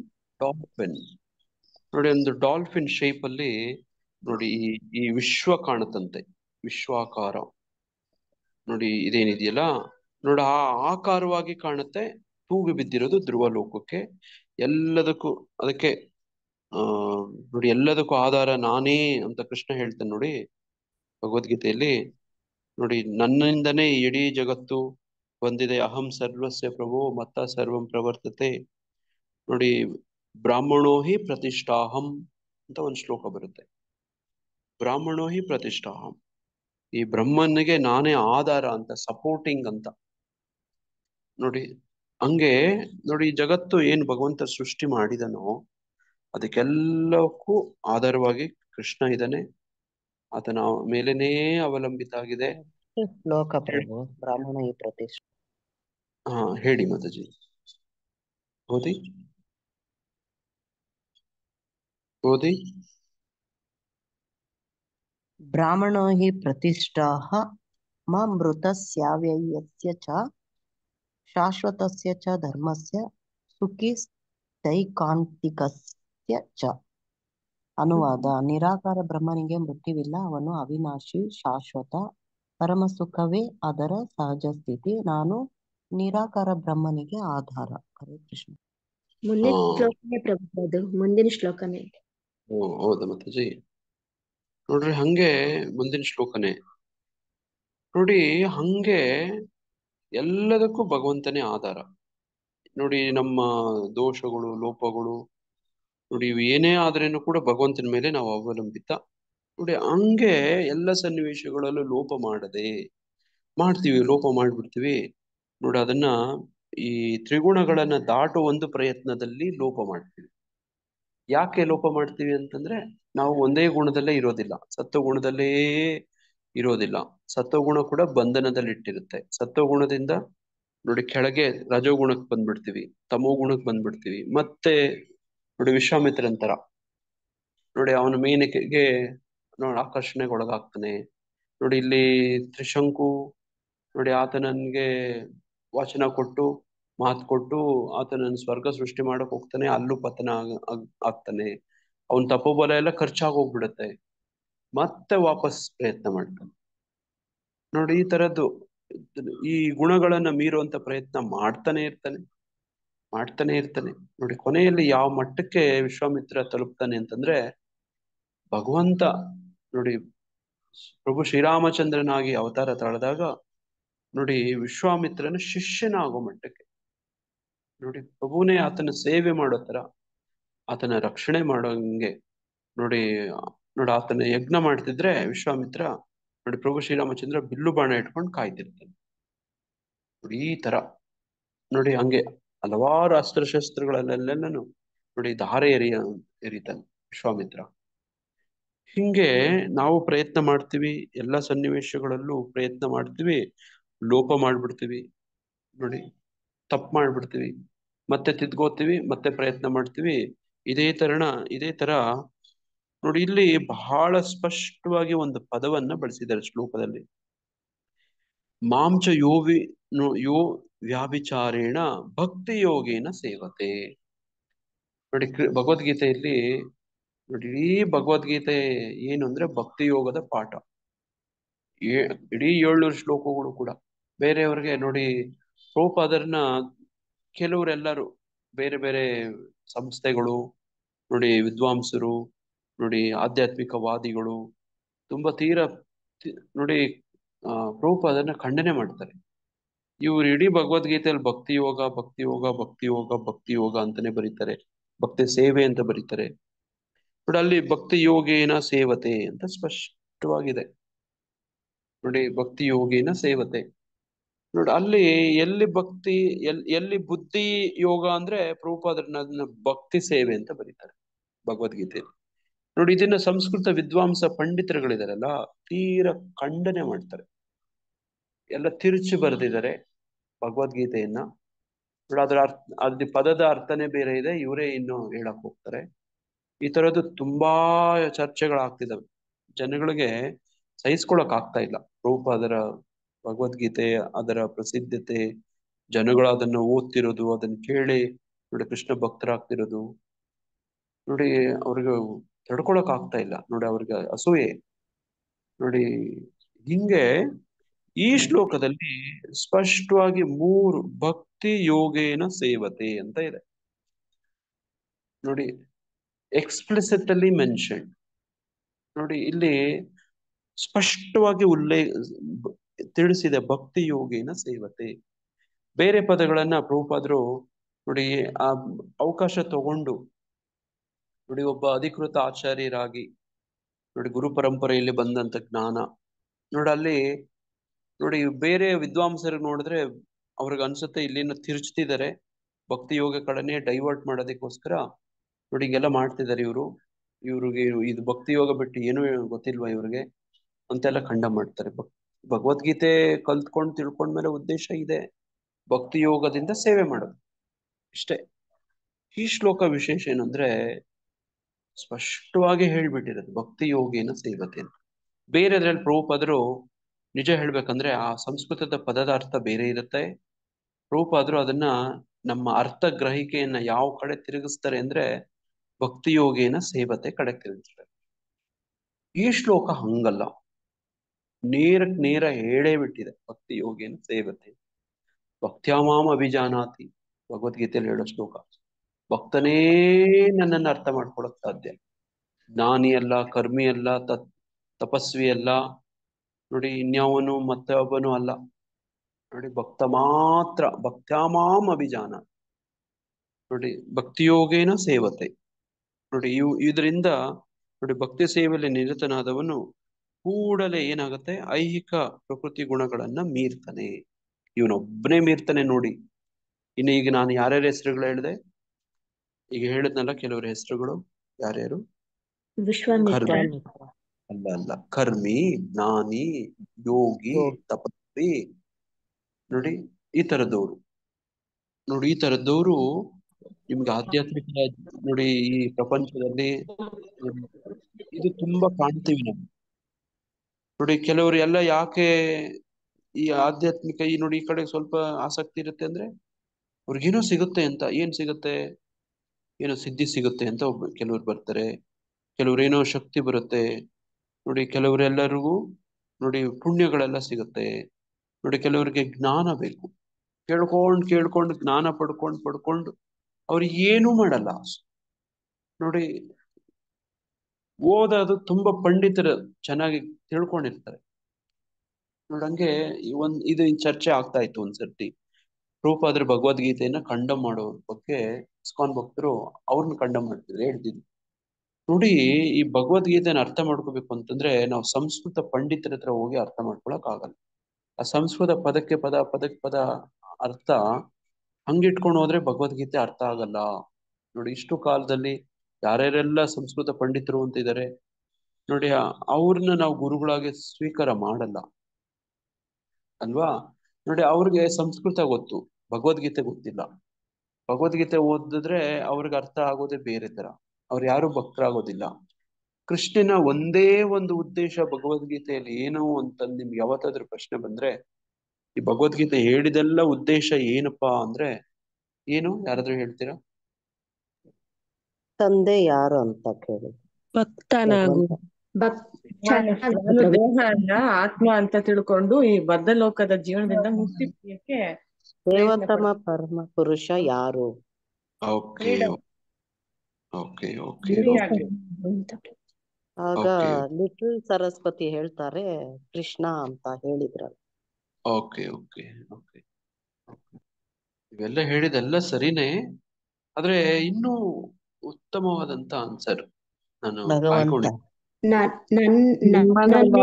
ಭಕ್ತ ಮಧ್ಯಾಜಿ ಮಾಂ ನಮಸ್ಕಾರ. Okay okay Hare Krishna ಪ್ರಭುಜಿ. ನಾನು ಯಾರು ಅಂತ ತಿಳ್ಕೊಳ್ಳೋದೆ ಪ್ರಭು. ಭಕ್ತಿ ಸೇವೆಯಲ್ಲಿ ತೊಡಗೋದನ್ನ ಕಲಿಸುವಂತದ್ದು ಪ್ರಭುಜಿ. ಭಕ್ತ ಸೇವೆಯಲ್ಲಿ ತೊಡಗಿಸುವಂಥದ್ದು. ಪ್ರಕಾಶ್ ಪ್ರಭು ಹತ್ತತ್ರ ಬರ್ತಿದ್ದಾರೆ. ನನ್ನ ಉತ್ತರ ಏನಂತಂದ್ರೆ ಋಷಿಕೇಶ ಸೇವನಂನ ಪ್ರಭು. ನೋಡಿ ಏನು ನನ್ನ ಉತ್ತರ ಅಂದ್ರೆ ಹಿಂಗೇನಾದ್ರೂ ಕೇಳಿದಾಗ ಭಗವದ್ಗೀತೆ ಯಾರು ಯಾರಿಗೆ ಯಾವಾಗ ಹೇಳುತ್ತಾರೆ? ಕೃಷ್ಣನು ಅರ್ಜುನನ್ಗೆ ಯುದ್ಧ ಭೂಮಿಯಲ್ಲಿ ಕೃಷ್ಣನು ಅರ್ಜುನನಿಗೆ ಹೇಳ್ತಾರೆ. 2000 ವರ್ಷಗಳ ಹಿಂದೆ. ಯಾವಾಗ ನಾವು ಸೋಲ್ತೀವಿ ಅಂತ ಅನ್ಸುತ್ತೆ ಅವಾಗ ಮಾಡ್ತಾರೆ. ನೋಡಿ ಭಗವದ್ಗೀತೆಯ ಕೊನೇ ಶ್ಲೋಕ ಕೃಷ್ಣ ಉಪದೇಶ ಮಾಡಿ. ಏನದು ಶ್ಲೋಕ? ಯತ್ರ ಯೋಗೇಶ್ವರ ಕೃಷ್ಣ ತತ್ರ ಪಾತ್ರೋ ಧನುರ್ಧರಃ ತತ್ರ ಶ್ರೀ ವಿಜಯೋ ಮೂರ್ತಿ ಮಮಃ. ಅದು ಕೃಷ್ಣನ ಮಾತಲ್ಲ, ಅದು ಕೃಷ್ಣ ಹೇಳಲ್ಲ, ಇವ್ರು ಹೇಳೋದು. ಹಾ ಸಂಜಯ್ ಅರ್ಜುನ ಹೇಳ್ತಾರೆ, ಅರ್ಜುನ ಹೇಳ್ತಾನೆ, ಪ್ರಿಯ ಕೃಷ್ಣ, ಚ್ಯುತಿ ಇಲ್ಲದವನೇ, ನನ್ನ ಮೋಹವು ಮಾಯವಾಯಿತು, ನಿನ್ನ ದಯೆಯಿಂದ ನನ್ನ ಸ್ಮೃತಿಯನ್ನು ಮತ್ತೆ ಪಡೆದಿದ್ದೇನೆ. ಈಗ ಅರ್ಜುನ ನಾನು ಹೇಳ ದೃಢ ಅದೇ ಪ್ರಭು ಅರ್ಜುನ ಹೇಳೋದು. ಅರ್ಜುನ ಹೇಳದ್ ಬೇಕಾಗಿಲ್ಲ, ನಾನು ಕೃಷ್ಣ ಕೊನೇ ಮಾತು ಕೃಷ್ಣ ಹೇಳೋದು. ಸರ್ವಧರ್ಮಾನ್ ಪರಿತ್ಯಜ್ಯ ಹೌದು. ಸರ್ವಧರ್ಮ ಪರಿತ್ಯಜ್ಯ ಮಾಮೇಕಂ ಶರಣಂ ವ್ರಜ ಅಹಂ ತಾಂ ಪಾಪೇಭ್ಯೋ ಮೋಕ್ಷಾಯ ಮಾರ್ಗದರ್ಶನಂ. ನೋಡಿ ಇದೇ ಬೇಕಾಗಿದ್ದು ಕೃಷ್ಣನ್ಗೆ. ಅರ್ಜುನ ಕೃಷ್ಣನ್ಗೆ ಸಂಪೂರ್ಣವಾಗಿ ಶರಣಾಗ್ಬೇಕಾಗಿತ್ತು. ಅರ್ಜುನ ಭಗವದ್ ಯುದ್ಧ ಕ್ಷೇತ್ರ ರಣಭೂಮಿಯಲ್ಲಿ ಶರಣಾಗಿರ್ಲಿಲ್ಲ. ತನ್ನದೇ ತತ್ವ, ತಾನೇ ಪಂಡಿತ, ಅದಕ್ಕೆ ಪಂಡಿತನಂತೆ ನಡ್ಕೊಳ್ತೀಯ ಕುತಸ್ತ್ವ ಕಶ್ಮಲಮಿದಂ, 2ನೇ ಶ್ಲೋಕ 2ನೇ ಅಧ್ಯಾಯದ ನೋಡಿ 7ನೇ ಶ್ಲೋಕ ಅನ್ಸುತ್ತೆ ನೋಡಿ. ಕುತಸ್ತ್ವ ಕಶ್ಮಲಮಿದಂ ಅಂತ ಹೇಳ್ತಾನೆ, ಬೈತಾನೆ, ಉಗಿತಾನೆ ಅಂತ ಹೇಳ್ತೀನಿ. ಕಾರ್ಪಣ್ಯ ದೋಷೋಪಾತ ಸ್ವಭಾವ. ಕಾರ್ಪಣ್ಯ ದೋಷ ನೋಡಿ, ಹಿಂಗೆಲ್ಲ ಹೆಂಗ್ ಬಂತು ನಿನ್ಗೆ ಕಾರ್ಪಣ್ಯ ದೋಷ? ನೋಡಿ ಇಡೀ ಭಗವದ್ಗೀತೆ ಉದ್ದೇಶ ಅರ್ಜುನನನ್ನ ನೋಡಿ ಆತನ ಆತನ ಕೈಯಲ್ಲಿ ಧರ್ಮ ಸಂಸ್ಥಾಪನೆ ಮಾಡಿಸ್ಬೇಕಿತ್ತು. ಆತನಿಗೆ ಅದಕ್ಕೋಸ್ಕರ ಶರಣಾಗ್ಬೇಕಾಗಿತ್ತು ಕೃಷ್ಣನ್ಗೆ. ಅದಕ್ಕೆ ಸರ್ವಧರ್ಮಾನ್ ಪರಿತ್ಯಜ್ಯ ಅಂದ್ರೆ ಹಂಗೆ. ನಾವು ನೋಡಿ ಅರ್ಜುನನನ್ನ ಆ ಭಾವಕ್ಕೆ ತಗೊಂಡ್ ಬರ್ಬೇಕಾಗಿತ್ತು. ಅದಕ್ಕೋಸ್ಕರ ನೋಡಿ ಈ ಎಲ್ಲ ಸನ್ನಿವೇಶ, ಈ ಎಲ್ಲ ಇಷ್ಟು ಅಧ್ಯಾಯಗಳು, ಶ್ಲೋಕಗಳು, ಇದೆಲ್ಲ ಹೇಳಿ ಕೇಳಿ ಚೆನ್ನಾಗಿ ತಿಳ್ಕೊಂಡು ಇವಾಗ ಅರ್ಜುನ ಏನಾಗ್ಬೇಕು? ಶರಣಾಗ್ಬೇಕಾಗಿತ್ತು. ಇಷ್ಟೇ ನೋಡಿ, ಅರ್ಜುನ ಶರಣಾಗ್ಬೇಕಾಗಿತ್ತು. ಅದೇ ಹಾದಿಯಲ್ಲಿ ಅದೇ ಗೀತೆಯನ್ನ ಕೇಳೋದವ್ರೆಲ್ಲರೂ ಶರಣಾಗ್ಬಿಡ್ಬೇಕು. ಯಾರಿಗೆ? ಬ್ರಹ್ಮನ್. ಬೇರೆ ಇತರ ದೇವತೆ ನೋಡಿ, ಬೇರೆ ಬೇರೆ ಕೃಷ್ಣನ್ಗೆ ಅದು ಏಕಂ ಅಂತ ಹೇಳ್ಬಿಡ್ತಾನೆ ಕೃಷ್ಣ. ನೋಡಿ ಹಂಗೆ ಭಗವದ್ಗೀತೆ ಓದೋರೆಲ್ಲರೂ ಶರಣಾಗ್ಬಿಡ್ಬೇಕು. ಯಾರಿಗೆ? ಕೃಷ್ಣನ್ಗೆ ಅಲ್ವಾ? ಅದು ಉದ್ದೇಶ. ಆ ಉದ್ದೇಶವನ್ನು ಪೂರೈಸೋಕೆ ಪ್ರಭುಪಾದರು ಭಗವದ್ಗೀತೆಯನ್ನ ನೋಡಿ ಕೆಲವೊಂದು ಅವಕಾಶಗಳನ್ನ ಪಡ್ಕೊಂಡು ಪದಗಳನ್ನ ನೋಡಿ ಭಕ್ತಿ ಯೋಗ ಕಡೆಗೆ ಬರೋ ರೀತಿ ನೋಡಿ ಅಲ್ಲಿ ಅರ್ಥವನ್ನ ಕೊಡ್ತಾರೆ ನಮ್ಗೆ, ನಮ್ಮಂತವ್ರಿಗೆ. ನೋಡಿ ಭಗವದ್ಗೀತೆ ಓದಿ ನೋಡಿ ಜ್ಞಾನಿ, ಕರ್ಮಿ, ತಪಸ್ವಿ ಇವೆಲ್ಲ ಭಕ್ತನಾಗ್ಬೇಕು ಅಂತ, ಕೃಷ್ಣನ ಸೇವಕನಾಗ್ಬೇಕು, ಭಕ್ತಿ ಸೇವೆಯಲ್ಲಿ ತೊಡಗ್ಬೇಕು ಅಂತ. ನೋಡಿ ಹಂಗೆ ಎಲ್ಲ ಧರ್ಮಗಳನ್ನ ಪರಿತ್ಯಜಿಸಿ ನನಗೆ ಶರಣಾಗತನಾಗು, ನಾನು ನಿನ್ನನ್ನು ಎಲ್ಲ ಪಾಪಗಳಿಂದ ಮುಕ್ತನನ್ನಾಗಿ ಮಾಡ್ತೇನೆ, ಹೆದರಬೇಡ. ನೋಡಿ ಅರ್ಜುನನನ್ನ ಶರಣ ಮಾಡಿಸ್ಕೋಬೇಕಾಗಿತ್ತು. ಆತನ ಹೇಳ್ದಂಗೆ ಕೇಳೋ ತರ ಮಾಡ್ಕೋಬೇಕಾಗಿತ್ತು. ಅದನ್ನೇ ಭಕ್ತಿ ಯೋಗ ಅಂತ ಹೇಳೋದು. ಅದನ್ನ ಅರ್ಜುನ ಮುಂದಿನ ಶ್ಲೋಕದಲ್ಲಿ ನೋಡಿ ಈಗ ಮತಜರು ಓದಿದ್ರೆಲ್ಲ ಪ್ರೀತಿಯಿಂದ ನೋಡಿ ಆತರ ಶರಣಾಗ್ತಾನೆ. ನೋಡಿ ಸೇವೆಯಲ್ಲಿ ಮಾಡ್ತಾನೆ, ಭಕ್ತಿ ಸೇವೆಯಲ್ಲಿ ತೊಡಗಿಸಿ ನೋಡಿ ಆತನಿಗೆ ವಿಜಯವನ್ನ ಪಡ್ಕೊಳ್ತಾನೆ, ಲಾಭವನ್ನ ಪಡ್ಕೊತಾನೆ. ನೋಡಿ ಹಂಗೆ ಇಲ್ಲೂ ಕೂಡ ನೋಡಿ ಇಡೀ ಭಗವದ್ಗೀತೆ ಉದ್ದೇಶ ಈ ಒಂದು ಗುರಿ ತಲುಪೋದು. ಅರ್ಜುನನ್ ತರ ಓದೋರೆಲ್ಲ ಹಂಗೆ ಆಗ್ಬೇಕು. ಅದಕ್ಕೋಸ್ಕರ ಪ್ರಭುಪಾದರು ಅವಕಾಶವನ್ನ ತಗೊಂಡು ಅಧಿಕಾರವನ್ನ ಇಡ್ಕೊಂಡು ನೋಡಿ ಕೆಲವು ಪದಗಳನ್ನ ಭಕ್ತಿ ಕಡೆ ವಾಲುವ ರೀತಿ ಅಲ್ಲಿ ಅರ್ಥವನ್ನ ಕೊಡ್ತಾರೆ, ಇಲ್ಲಿ ಭಾವಾರ್ಥವನ್ನ ಬರೀತಾರೆ ನೋಡಿ. ಹರೇ ಕೃಷ್ಣ ಪ್ರಭುಜಿ. ಹರೇ ಕೃಷ್ಣ. ಜೊತೆಗೆ ಧರ್ಮ ರಕ್ಷಣೆ ಕೂಡ ಮಾಡ್ಬೇಕು ಅನ್ನೋದು ಕೂಡ ಅಲ್ಲಿ ಅರ್ಜುನನಿಗೆ 2ನೇ ಅಧ್ಯಾಯದಲ್ಲಿ ಹೇಳ್ತಾನಲ್ಲ ಪ್ರಭುಜಿ. ಧರ್ಮ ರಕ್ಷಣೆ ಕೂಡ ಒಂದು ಅಂಶ ಅನ್ನೋದನ್ನ ಹೇಳ್ಬೋದೇನ ಪ್ರಭುಜಿ? ಅದು ಧರ್ಮ ರಕ್ಷಣೆ ಅಂದ್ರೆ ಅದು ಒಳಗಡೆ ಜೊತೆ ಬಂದ್ಬಿಡುತ್ತೆ ಪ್ರಭುಜಿ. ಕೃಷ್ಣನಿಗೆ ಶರಣ ಆಗ್ಬಿಟ್ರೆ ನೀವ್ ಹೇಳಿದ ಸರಿನೇ, ಕರೆಕ್ಟ್ ನೀವು ಹೇಳಿದ್ದು ಪ್ರಭುಜಿ. ಆದ್ರೆ ಒಂದಂಶ ಮಾಡಿದ್ರೆ ಉಳಿದೆಲ್ಲ ಅಂಶಗಳು ಬಂದ್ಬಿಡುತ್ತೆ ಅಂತ. ಅದ್ರ ಜೊತೆಗೆ ಅದು ಕೂಡ ಎಲ್ಲ ಹೂವಿನೊಂದಿಗೆ ದಾರ ಸ್ವರ್ಗ ಸೇರಿದಾಗೆ ಒಳ್ಳೆ ಉದಾಹರಣೆ ಕೊಟ್ರಿ ನೀವು, ಒಳ್ಳೆ ಉದಾಹರಣೆ ಕೊಟ್ರಿ. ಕೃಷ್ಣನಿಗೆ ಶರಣಾಗಿ ಕೃಷ್ಣನಿಗೆ ಭಕ್ತಿ ಯೋಗದಲ್ಲಿ ತೊಡಗ್ಬಿಟ್ರೆ ಅದು ನಮಗೆ ಗೊತ್ತಿಲ್ಲ, ಜೊತೆಗೆ ಧರ್ಮನು ಪಾಲನೆ ಆಗ್ಬಿಡುತ್ತೆ. ನೋಡಿ ಏನೇನೆಲ್ಲ ಧರ್ಮ, ಅರ್ಥ, ಕಾಮ, ಮೋಕ್ಷ ಇನ್ನೇನೇನೋ ಹೇಳ್ತಾರೆ ನೋಡಿ ಪಂಡಿತರ ಭಾಷೆ, ಎಲ್ಲನೂ ಅದ್ರಲ್ಲಿ ಪೂರೈಸ್ಬಿಡುತ್ತೆ ಸರಳವಾಗಿ. ನೋಡಿ ಈಗ ನೋಡಿ ಈ ಗುಂಪಲ್ಲಿ ಇರುವಂತ ಕೆಲವರೆಲ್ಲ ವಿನಮ್ರವಾಗಿರುವಂತ ಮಾತಾಜೀಸ್, ಪ್ರಭುಜೀಸ್ ಎಲ್ಲ ಇದ್ದಾರೆ ನೋಡಿ. ನಮ್ಮ ಮನ್ಸೂಯ ಮಾತಾಜಿರು ರಾಯಚೂರಲ್ಲಿ ಇದ್ದಾರೆ ನೋಡಿ. ಅವರು ಒಬ್ಬ ರೈತ ಮಹಿಳೆ ನೋಡಿ. ಅವ್ರಿಗೆ ಧರ್ಮ ಅಂದ್ರೆ ಏನು, ಕರ್ಮ ಅಂದ್ರೆ ಏನು, ಜ್ಞಾನ ಅಂದ್ರೆ ಏನು ಗೊತ್ತು ಪಾಪ ಗೊತ್ತಿರಲ್ಲ. ಹೌದು ಪ್ರಭುಜಿ. ಮನ್ಸೂಯ ಮಾತಾಜಿಯವರು ರಾಯಚೂರಲ್ಲಿ ಒಬ್ಬ ರೈತ ಮಹಿಳೆ. ಅವರು ಕೃಷ್ಣ ಭಕ್ತಿ ಮಾಡ್ತಿದ್ದಾರೆ, ಆದ್ರೆ ಮಾಡ್ತಾ ಎಲ್ಲಾನು ಪೂರೈಸ್ಬಿಡುತ್ತೆ, ಧರ್ಮ ರಕ್ಷಣೆ ಮಾಡ್ತಾ ಇದ್ದಾರೆ ಪ್ರಭುಜಿ. ಹೌದು ಆಗ್ಬಿಡುತ್ತೆ. ಯಾಕಂದ್ರೆ ಕೃಷ್ಣ ಭಕ್ತಿ ಮಾಡ್ತಿದಾರಲ್ವಾ ಹೌದು. ನೋಡಿ. ಆ ಪ್ರಯತ್ನದಲ್ಲಿ ಕೆಲವು ಲೋಪಗಳೆಲ್ಲ ಆಗಕ್ ಹೋಗ್ಬಿಡುತ್ತೆ, ಅಷ್ಟು ಸುಲಭ ಅಲ್ಲ. ಕೃಷ್ಣ ಕಾಪಾಡ್ತಾನೆ. ನಾನು ಧರ್ಮ ಪಾಲನೆ ಮಾಡ್ತೀನಿ ಅಂತ ಹೋದ್ರೆ ಧರ್ಮ ರಕ್ಷಣೆ ಮಾಡ್ತೀನಿ, ಧರ್ಮ ಪಾಲನೆ ಮಾಡ್ತೀನಿ ಅಂತಂದ್ರೆ ಕಷ್ಟ. ಭಕ್ತಿ ಮಾಡ್ತೀನಿ ಅಂತಂದ್ರೆ ಧರ್ಮ ಸುಲಭ. ಹಾ, ಭಕ್ತಿ ಮೂಲಕ ಧರ್ಮ ಬರುತ್ತೆ, ಪಾಲನೆ ಆಗುತ್ತೆ ಪ್ರಭುಜಿ.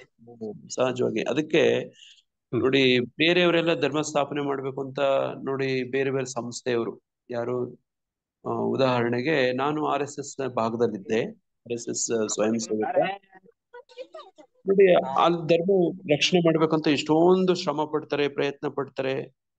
ನೋಡಿ, ಅದು ನಾನು ಕಾಣ್ತೇನೆ, ಅಷ್ಟಾಗಿ ಫಲಪ್ರದವಾಗಿ ಆಗ್ತಾ ಇಲ್ಲ, ಆಗೋದಿಲ್ಲ. ಭಕ್ತರು ಮಾಡ್ಬಿಟ್ರೆ ಸಾಕು, ಧರ್ಮ ರಕ್ಷಣೆ ಆಗತ್ತೆ. ನೋಡಿ, ನಮ್ಗೆ ಬೇಕಾದ ಬುದ್ಧಿ, ತಿಳುವಳಿಕೆ, ಜ್ಞಾನ, ವಿವೇಕ, ನಾನು ಬುದ್ಧಿ ಕೊಡ್ತೀನಿ ಅಂತ ಕೃಷ್ಣ ಹೇಳ್ತಾನೆ. ಏನಂತ? ದದಾಮಿ ಬುದ್ಧಿಯೋಗಂ ತಮ್ ಅಂತ ಹೇಳ್ತಾನೆ. ಯೇಷಾಂ ಸತತಯುಕ್ತಾನಾಂ ಭಜತಾಂ ಪ್ರೀತಿಪೂರ್ವಕಂ ದದಾಮಿ ಬುದ್ಧಿಯೋಗಂ ತಮ್. ನಾನ್ ಬುದ್ಧಿ ಕೊಡ್ತೀನಿ ಅಂತ. ಧರ್ಮ ಪ್ರಕಾರ ನಡ್ಕೊಳಕ್ಕೆ ಇಲ್ಲ, ಇಲ್ಲದೆ ಇದ್ರೆ ಆಗಲ್ಲ. ನೋಡಿ, ನಾನು RSS ಅಲ್ಲಿ ಇದ್ದವನು, ನಾನು RSS ನೋಡಿ ಅಭಿಮಾನಿನೂ ಕೂಡ, ಆದ್ರೇನು ಕೂಡ ಅಲ್ಲಿ ಯಶಸ್ಸು ಆಗೋದಿಲ್ಲ ಅಂತ ನಾನೇ ಇದ್ದವನಿಗೆ ನನಗೆ ಗೊತ್ತು.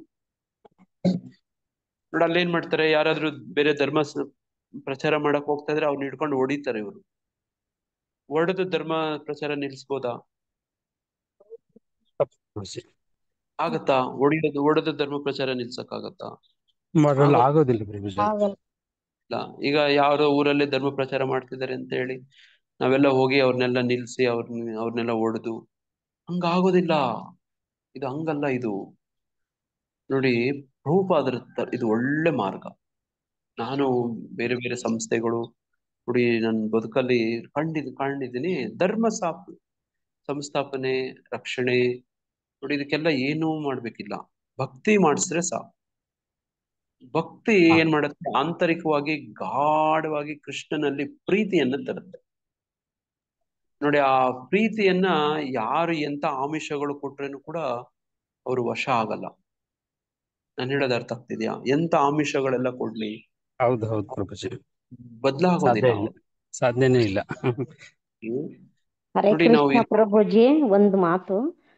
ನಮ್ ಇಸ್ಕಾನ್ ನಲ್ಲಿ ಒಂದು ಭಕ್ತ ಒಬ್ರು ಬಂದಿದ್ರು. ಅವರು ಯಾದರ್ಗುಟ್ಟ ಅಂತ ಇದೆ, ಅಲ್ಲಿ ರಿಯಲ್ ಎಸ್ಟೇಟ್ ಮಾಡ್ತಾ ಇದ್ದೀನಿ ನಾನು ಅಲ್ಲಿ ಜಾಗ ತುಂಬಾ ಇದೆ, ಅಲ್ಲಿ ಇಸ್ಕಾನ್ ಕಟ್ತಾರಾ ಅಂತ ನನ್ಗೆ ಕೇಳಿದ್ರು. ಆ ಥರ ಇದ್ರೆ ಮಾತಾಜಿ, ನಮ್ಮ ಪ್ರೆಸಿಡೆಂಟ್ ಪ್ರಭುಗಳಿದ್ದಾರೆ, ಅವರು ನಿಮ್ಗೆ ಹೇಳ್ತಾರೆ, ಅವರೇ ನಮ್ಗೆ ಪ್ರವಚನ ಕೊಟ್ಟಿರೋದು ಇವಾಗ ಅಂತ. ಅವ್ರಿಗೆ ಮೀಟ್ ಮಾಡಿಸ್ದೆ ಪ್ರಭು. ಇನ್ನ ನಾನು ಅವ್ರದ್ದು ಫೋನ್ ನಂಬರು ತಗೊಂಡಿಲ್ಲ, ಏನ್ ಮಾತಾಡಿದ್ರು ಅಂತಾನು ನನ್ಗೆ ಗೊತ್ತಿಲ್ಲ. ಆ ಥರ ಇಸ್ಕಾನ್ ಕಟ್ಟಬೇಕು ಅಲ್ಲಿ. ನಮ್ಗೆ ಇದು ನರಸಿಂಹಸ್ವಾಮಿ ಇದ್ದಾರೆ, ಆದ್ರೆ ಅಲ್ಲಿ ಇಸ್ಕಾನ್ ಇಲ್ಲ ಅಂತ ಹೇಳಿದ್ರು ಪ್ರಭು. ಹರೇ ಕೃಷ್ಣ ಪ್ರಭು, ದಂಡೋತ್ ಪ್ರಣಾಮ. ಕೃಷ್ಣ, ದಂಡೋತ್ ಪ್ರಣಾಮ ಜಿ. ನೋಡಿ, ಹಂಗೆ ನಾನು ಏನ್ ಹೇಳಕ್ ಪ್ರಯತ್ನ ಪಡ್ತಿದ್ದೆ ಅಂದ್ರೆ, ಧರ್ಮ ರಕ್ಷಣೆ ಮಾಡ್ಬೇಕಾ? ನೋಡಿ, ನಿಮ್ಗೆ ಆ ತರದ ತುಂಬಾ ಭಕ್ತಿ ನೋಡಿ, ಕೃಷ್ಣ ಭಕ್ತಿ ಪ್ರಚಾರ ಮಾಡಿ, ಭಕ್ತರಾಗಿ ಭಕ್ತರನ್ನ ಮಾಡಿ, ಧರ್ಮ ಸಹಜವಾಗಿನೇ ರಕ್ಷಣೆ ಆಗತ್ತೆ. ಧರ್ಮ ಪರಿವರ್ತನೆಗಳಾಗುವಂಥದ್ದೆಲ್ಲ ನಿಲ್ಲುತ್ತೆ. ಇಲ್ಲದೆ ಇದ್ರೆ ಏನು ಆಗೋದಿಲ್ಲ. ನೋಡಿ, ಆ ಪ್ರಯತ್ನದಲ್ಲಿ ನೋಡಿ, ನಮ್ಮ ಪ್ರಯತ್ನದಲ್ಲೂ ಮತ್ತೆ ಆಗ್ಬೇಕು, ಎರಡು ಪ್ರಯತ್ನದಲ್ಲಿ ನೋಡಿ ಎಲ್ಲ ಸನ್ನಿವೇಶಗಳಲ್ಲಿ ಲೋಪ ಆಗ್ಬಿಡುತ್ತೆ, ದೋಷ ಆಗ್ಬಿಡುತ್ತೆ. ನೋಡಿ, ಕಲೇರ್ ದೋಷ ನಿಧಿ ರಾಜನ್ ಅಸ್ಥಿರೇಕೋ ಮಹಾತ್ ಗುಣಾತ್ ಕೀರ್ತನೇವಹ ಕೃಷ್ಣಸ್ಯ ಮುಕ್ತ ಸಂಗಂ ಪರಂ ರಜೇತ್. ಯಾರಿಗೆ ಈ ಮಾತು ಹೇಳ್ತಾರೆ? ಪರ್ಷಿತ್ ಮಹಾರಾಜರು. ಯಾರು ಹೇಳ್ತಾರೆ ಈ ತರ? ಶುಕದೇವ ಗೋಸ್ವಾಮಿಗಳು ಹೇಳ್ತಾರೆ. ನೋಡಿ, ಕಲಿಯುಗದಲ್ಲಿ ದೋಷಗಳ ನಿಧಿ. ನೀವು ಏನೇ ಪ್ರಯತ್ನ ಮಾಡಿ ಅದು ಲೋಪ ಆಗತ್ತೆ, ದೋಷ ಆಗತ್ತೆ. ಒಂದ್ ಮನೆ ಕಟ್ಟಿ ವಾಸ್ತು ಸರಿ ಇಲ್ಲ ಅಂತಾರೆ. ನೋಡಿ, ಒಂದು ಏನೇ ಪ್ರಯತ್ನ ಮಾಡಿ, ಏನಾದ್ರು ಮಾಡಿ ಅದ್ರಲ್ಲಿ ಏನೋ ಒಂದ್ ತಪ್ಪು ಹುಡುಕ್ತಾರೆ. ನೋಡಿ, ಬೆಣ್ಣೆಯಲ್ಲಿ ಕೂದಲು ಹುಡ್ಕೋದು ಅಂತ ಹೇಳ್ತಾರೆ ಅಲ್ವಾ? ನೋಡಿ, ಏನೇ ಮಾಡಿ, ನಿಮ್ಗೆ ಈ ತರ ಅನುಭವ ಆಗಿದ್ಯಾ? ಏನಾದ್ರೂ ಮಾಡಿ ಏನೋ ಒಂದ್ ತಪ್ಪು ಹುಡುಕಿ ಅದನ್ನೇ ತಪ್ಪನೇ ದೊಡ್ಡದ್ ಮಾಡಿ ನೋಡಿ, ಬಾಕಿ ಇದೆಲ್ಲ ಒಳ್ಳೇದನ್ನ ಹೇಳಲ್ಲ. ತಪ್ಪುಗಳೇ. ಅದ್ರಲ್ಲಿ 9 ಕರೆಕ್ಟ್ ಮಾಡಿ 1 ತಪ್ಪು ಮಾಡಿದ್ರೆ ಅದು 9 ಮರ್ತೋಗ್ಬಿಡ್ತಾರೆ. ಹಾ ನೋಡಿ ಹಿಂಗೆ ಮಾತಾಜರು ಹೇಳಿದ್ರಲ್ಲ, ನೋಡ್ರಿ ಹಿಂಗೆ ನೋಡಿ, ಹಂಗೆ ಕಲೆ ದೋಷನಿದೆ ರಾಜನ್. ನೋಡಿ ನಾವ್ ಏನೇ ಮಾಡಕ್ ಹೋಗ್ತೀವಿ ಅದ್ರಲ್ಲಿ ಲೋಪ ಆಗತ್ತೆ, ದೋಷ ಆಗತ್ತೆ. ನೋಡಿ ಹಿಂಗೆಲ್ಲ ಆಗತ್ತೆ. ನೋಡಿ ಈಗ ಹೇಳಿದ್ರಲ್ಲ ಮಾತಾಜಿಯವರು, ಇಷ್ಟೊಂದು ಒಳ್ಳೇದ್ ಮಾಡಿ ಒಂದೇ ಒಂದ್ ತಪ್ಪು ಮಾಡ್ಬಿಟ್ರೆ ಅದೇ ದೊಡ್ಡದಾಗ್ಬಿಡುತ್ತೆ ಅಂತ. ಹಿಂಗೆ ದೋಷ, ಲೋಪ ಇದೇ ತುಂಬಿಕೊಂಡಿದೆ. ಅಸ್ಥಿರೇಕೋ ಮಹಾತ್ಗುಣ ಅಂತ. ಆದ್ರೇನು ಈ ಒಂದೇ ಒಂದು ಒಳ್ಳೆ ಗುಣ ಇದೆ, ಏಕೋ ಅಂತ ಹೇಳ್ತಿರೋದು. ಅಸ್ಥಿರೇಕೋ ಏಕೋ, ಒನ್ಲಿ ಒನ್ ಅಂತ ಮಹಾಗುಣ ಇದೆ. ಅದೇನಂದ್ರೆ ಕೀರ್ತನೇವಹ ಕೃಷ್ಣಸ್ಯ. ನೋಡಿ ಭಗವಂತ ಕೃಷ್ಣನನ್ನ ಕೀರ್ತನೆ ಮಾಡಿದ್ರೆ, ನೋಡಿ ಗುಣಗಾನ ಮಾಡಿದ್ರೆ, ಆತನ ಭಕ್ತರಾಗೋ ಪ್ರಯತ್ನ ಮಾಡಿದ್ರೆ, ನೋಡಿ ಭಕ್ತಿ, ನೋಡಿ ಇಲ್ಲಿ ಭಕ್ತಿ ಯೋಗೇನ ಸೇವತೆ. ನೋಡಿ ಕೃಷ್ಣನ್ಗೆ ಭಕ್ತಿ ಮಾಡಿದ್ರೆ, ಸೇವೆ ಮಾಡಿದ್ರೆ ನೋಡಿ ಏನಾಗತ್ತೆ, ಮುಕ್ತ ಸಂಗಂ ಪರಂ ರಜೇತ್. ನೋಡಿ ಏನಲ್ಲ, ಈ ನಮಗೆ ಪೀಡೆಗಳು, ಬಾಧೆಗಳು, ಸಮಸ್ಯೆಗಳು ಎಲ್ಲ ಹಿಡ್ಕೊಂಡಿರ್ತಾವ ನೋಡಿ, ಬಾಧಿಸ್ತಿರ್ತಾವ ನೋಡಿ, ಅವೆಲ್ಲ ಬಿಡುಗಡೆ ಆಗ್ಬಿಡ್ತಾವಂತೆ. ಆಮೇಲೆ ಪರಂ ಎಲ್ಲದಕ್ಕೂ ಪ್ರಭುಜಿನೇ, ಕೃಷ್ಣ ಪ್ರಭುಜಿನೇ ನಮಗೆ ಪರಿಹಾರ ನೀಡ್ಬಿಡ್ತಾನೆ. ಪರಂ ರಜೇತ್ ಅಂದ್ರೆ ಹೈಯೆಸ್ಟ್ ಫಾರ್ಮ್ ಆಫ್ ವರ್ಷಿಪ್ ಅಂತ. ನೋಡಿ ಹೈಯೆಸ್ಟ್ ಫಾರ್ಮ್ ಆಫ್ ವರ್ಷಿಪ್ ಅಂದ್ರೆ ಏನು? ಇದಕ್ಕಿಂತಲೂ ಉನ್ನತವಾದಂತ ನೋಡಿ ಭಗವಂತನನ್ನ ಪೂಜಿಸುವಂತ, ಆರಾಧಿಸುವಂತ, ಸುಪ್ರೀತಗೊಳಿಸುವಂತ ಬೇರೆ ವಿಧಾನ ಇಲ್ಲ ಅಂತ ಅರ್ಥ. ನೋಡಿ ಪರಂ ರಜಯಿತ್ ಅಂದ್ರೆ ನೋಡಿ ಹಂಗೆ ಈ ಹಿಂಗ ಮಾಡಿದವ್ರು ಏನಾಗ್ತಾರೆ, ಕೂಡಲೇ ಐಹಿಕ ಪ್ರತಿಗುಣಗಳನ್ನು ಮೀರ್ತಾರೆ. ಅವರೇ ಮೀರಕ್ ಸಾಧ್ಯ. ನೋಡಿ ಅದನ್ನೇ ದೈವೀಯೇಶ ಗುಣಮಯಿ ಮಮಮಾಯ ದುರತ್ತೆಯ ಆ ಶ್ಲೋಕದಲ್ಲಿ ಹೇಳೋದು. ನೋಡಿ ಈ ಗುಣಗಳನ್ನ ಮೀರ್ಬೇಕು, ಭಗವಂತನಿಗೆ ಭಕ್ತರಾಗ್ಬೇಕು. ನೋಡಿ ಆ ಯಾವ ನೋಡಿ ಒಂದು ದೈವೀ ಶಕ್ತಿಯಿಂದ, ವಿಷ್ಣು ಮಾಯೆಯಿಂದ ನೋಡಿ ಈ ಜಗತ್ತನ್ನ ನೋಡಿ ತ್ರಿಗುಣಗಳಿಂದ ನೋಡಿ ಆಡಿಸ್ತಿದನೋ, ಬಂಧಿಸಿಟ್ಟಿದನೋ, ಅದನ್ನ ದಾಟಿ ಹೋಗ್ಬೇಕಂತಂದ್ರೆ ಕೃಷ್ಣನ್ ಶರಣಾದ್ರೆ ನೋಡಿ ಅವುಗಳನ್ನ ತರಾಂತತೆ ದಾಟಿ ಹೋಗ್ಬೋದು. ನೋಡಿ ಮಾಯಾಮೇತಾಂ ತರಾಂತತೆ, ಅವುಗಳನ್ನ ದಾಟಿ ಹೋಗ್ಬೋದು ಅಂತ.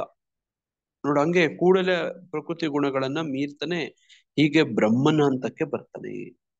ನೋಡಿ ಬ್ರಹ್ಮನ್, ನೋಡಿ ಈ ಪದಕ್ಕೆ ಸಾಂದರ್ಭಿಕವಾಗಿ ಬೇರೆ ಬೇರೆ ಬೇರೆ ಬೇರೆ ಅರ್ಥಗಳು ಬರ್ತವೆ.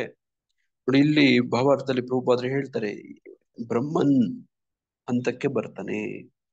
ನೋಡಿ ಕೃಷ್ಣ ಯಾರು ತನ್ನ ಭಕ್ತರಾಗ್ತಾರೋ, ನೋಡಿ ದೀಕ್ಷಾ ಕಾಲೇ ಭಕ್ತ ಕರೆ ಆತ್ಮ ಸಮರ್ಪಣ್, ಯೈ ಕಾಲೇ ಕೃಷ್ಣ ತಾರೆ ನೋಡಿ ಮೊಮ ಸಮ ಅನ್ಬಿಡ್ತಾನೆ ಕೃಷ್ಣ, ನನ್ನ ಸಮವಾಗಿ ಮಾಡ್ಕೊಂಡ್ಬಿಡ್ತಾನೆ. ನೋಡಿ ಅದನ್ನೇ ಬ್ರಹ್ಮನ ಹಂತಕ್ಕೆ ತಲುಪುತ್ತಾನೆ ಅಂತ ಹೇಳ. ನೋಡಿ ಬ್ರಾಹ್ಮಣ ನೋಡಿ ಬ್ರಹ್ಮ ಜ್ಞಾನವನ್ನ ತಿಳಿದವನು ಅಂತ ಪದದ ಅರ್ಥ. ನೋಡಿ ಬ್ರಹ್ಮನ ಹಂತಕ್ಕೆ ತಲುಪುವಂಥದ್ದು ಬರುತ್ತಾನೆ ಅಂದ್ರೆ ಹಂಗೆ.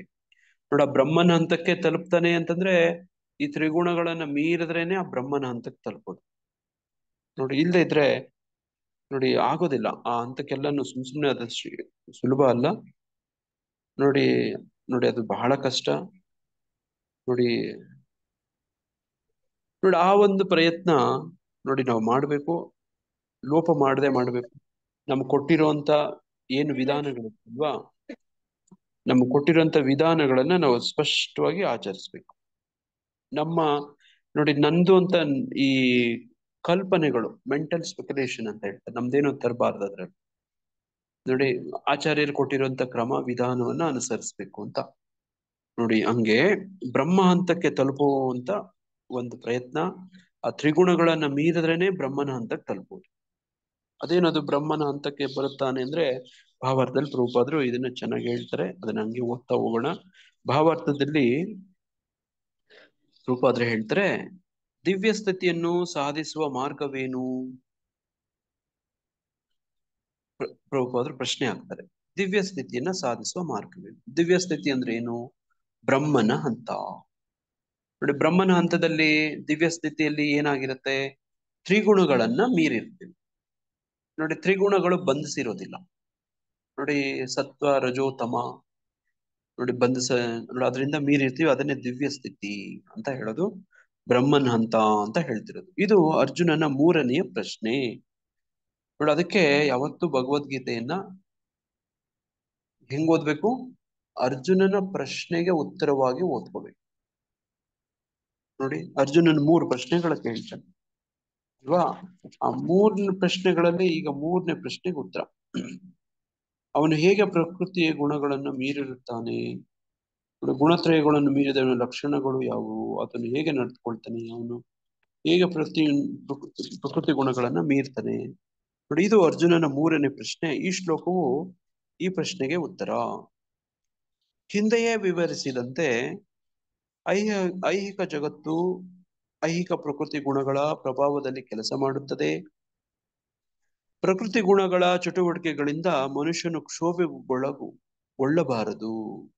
ನೋಡಿ ಐಹಿಕ ಪ್ರಕೃತಿ ಗುಣಗಳು ಹೆಂಗಿರ್ತವೆ ಅಂದ್ರೆ ನಮ್ಮನ್ನ ನೋಡಿ ತೊಗಲು ಬೊಂಬೆ ತರ ಆಡಿಸ್ತಾ ಇರ್ತವೆ. ನೋಡಿ ಕೆಲವು ಸತಿ ನೋಡಿ ದುಃಖ, ಕೆಲವು ಸತಿ ಸುಖ, ನೋಡಿ ಕೆಲವು ಸತಿ ನೋಡಿ ನಿರಾಶೆ, ಕೆಲವು ಸತಿ ಆಶೆ, ದ್ವಂದ್ವ ಲೋಕ ಅಲ್ವಾ? ನೋಡಿ ಕೆಲವು ಸತಿ ಯಶಸ್ಸು, ಕೆಲವು ಸತಿ ಸೋಲು. ನೋಡಿ ಹಿಂಗೇ ಇರುತ್ತೆ ಪ್ರಪಂಚ.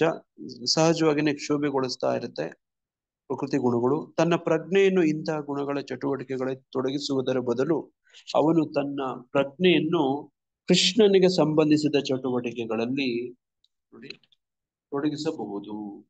ನೋಡಿ ಇದನ್ನೇ ಭಕ್ತಿ ಸೇವೆ ಅಂತ ಹೇಳೋದು.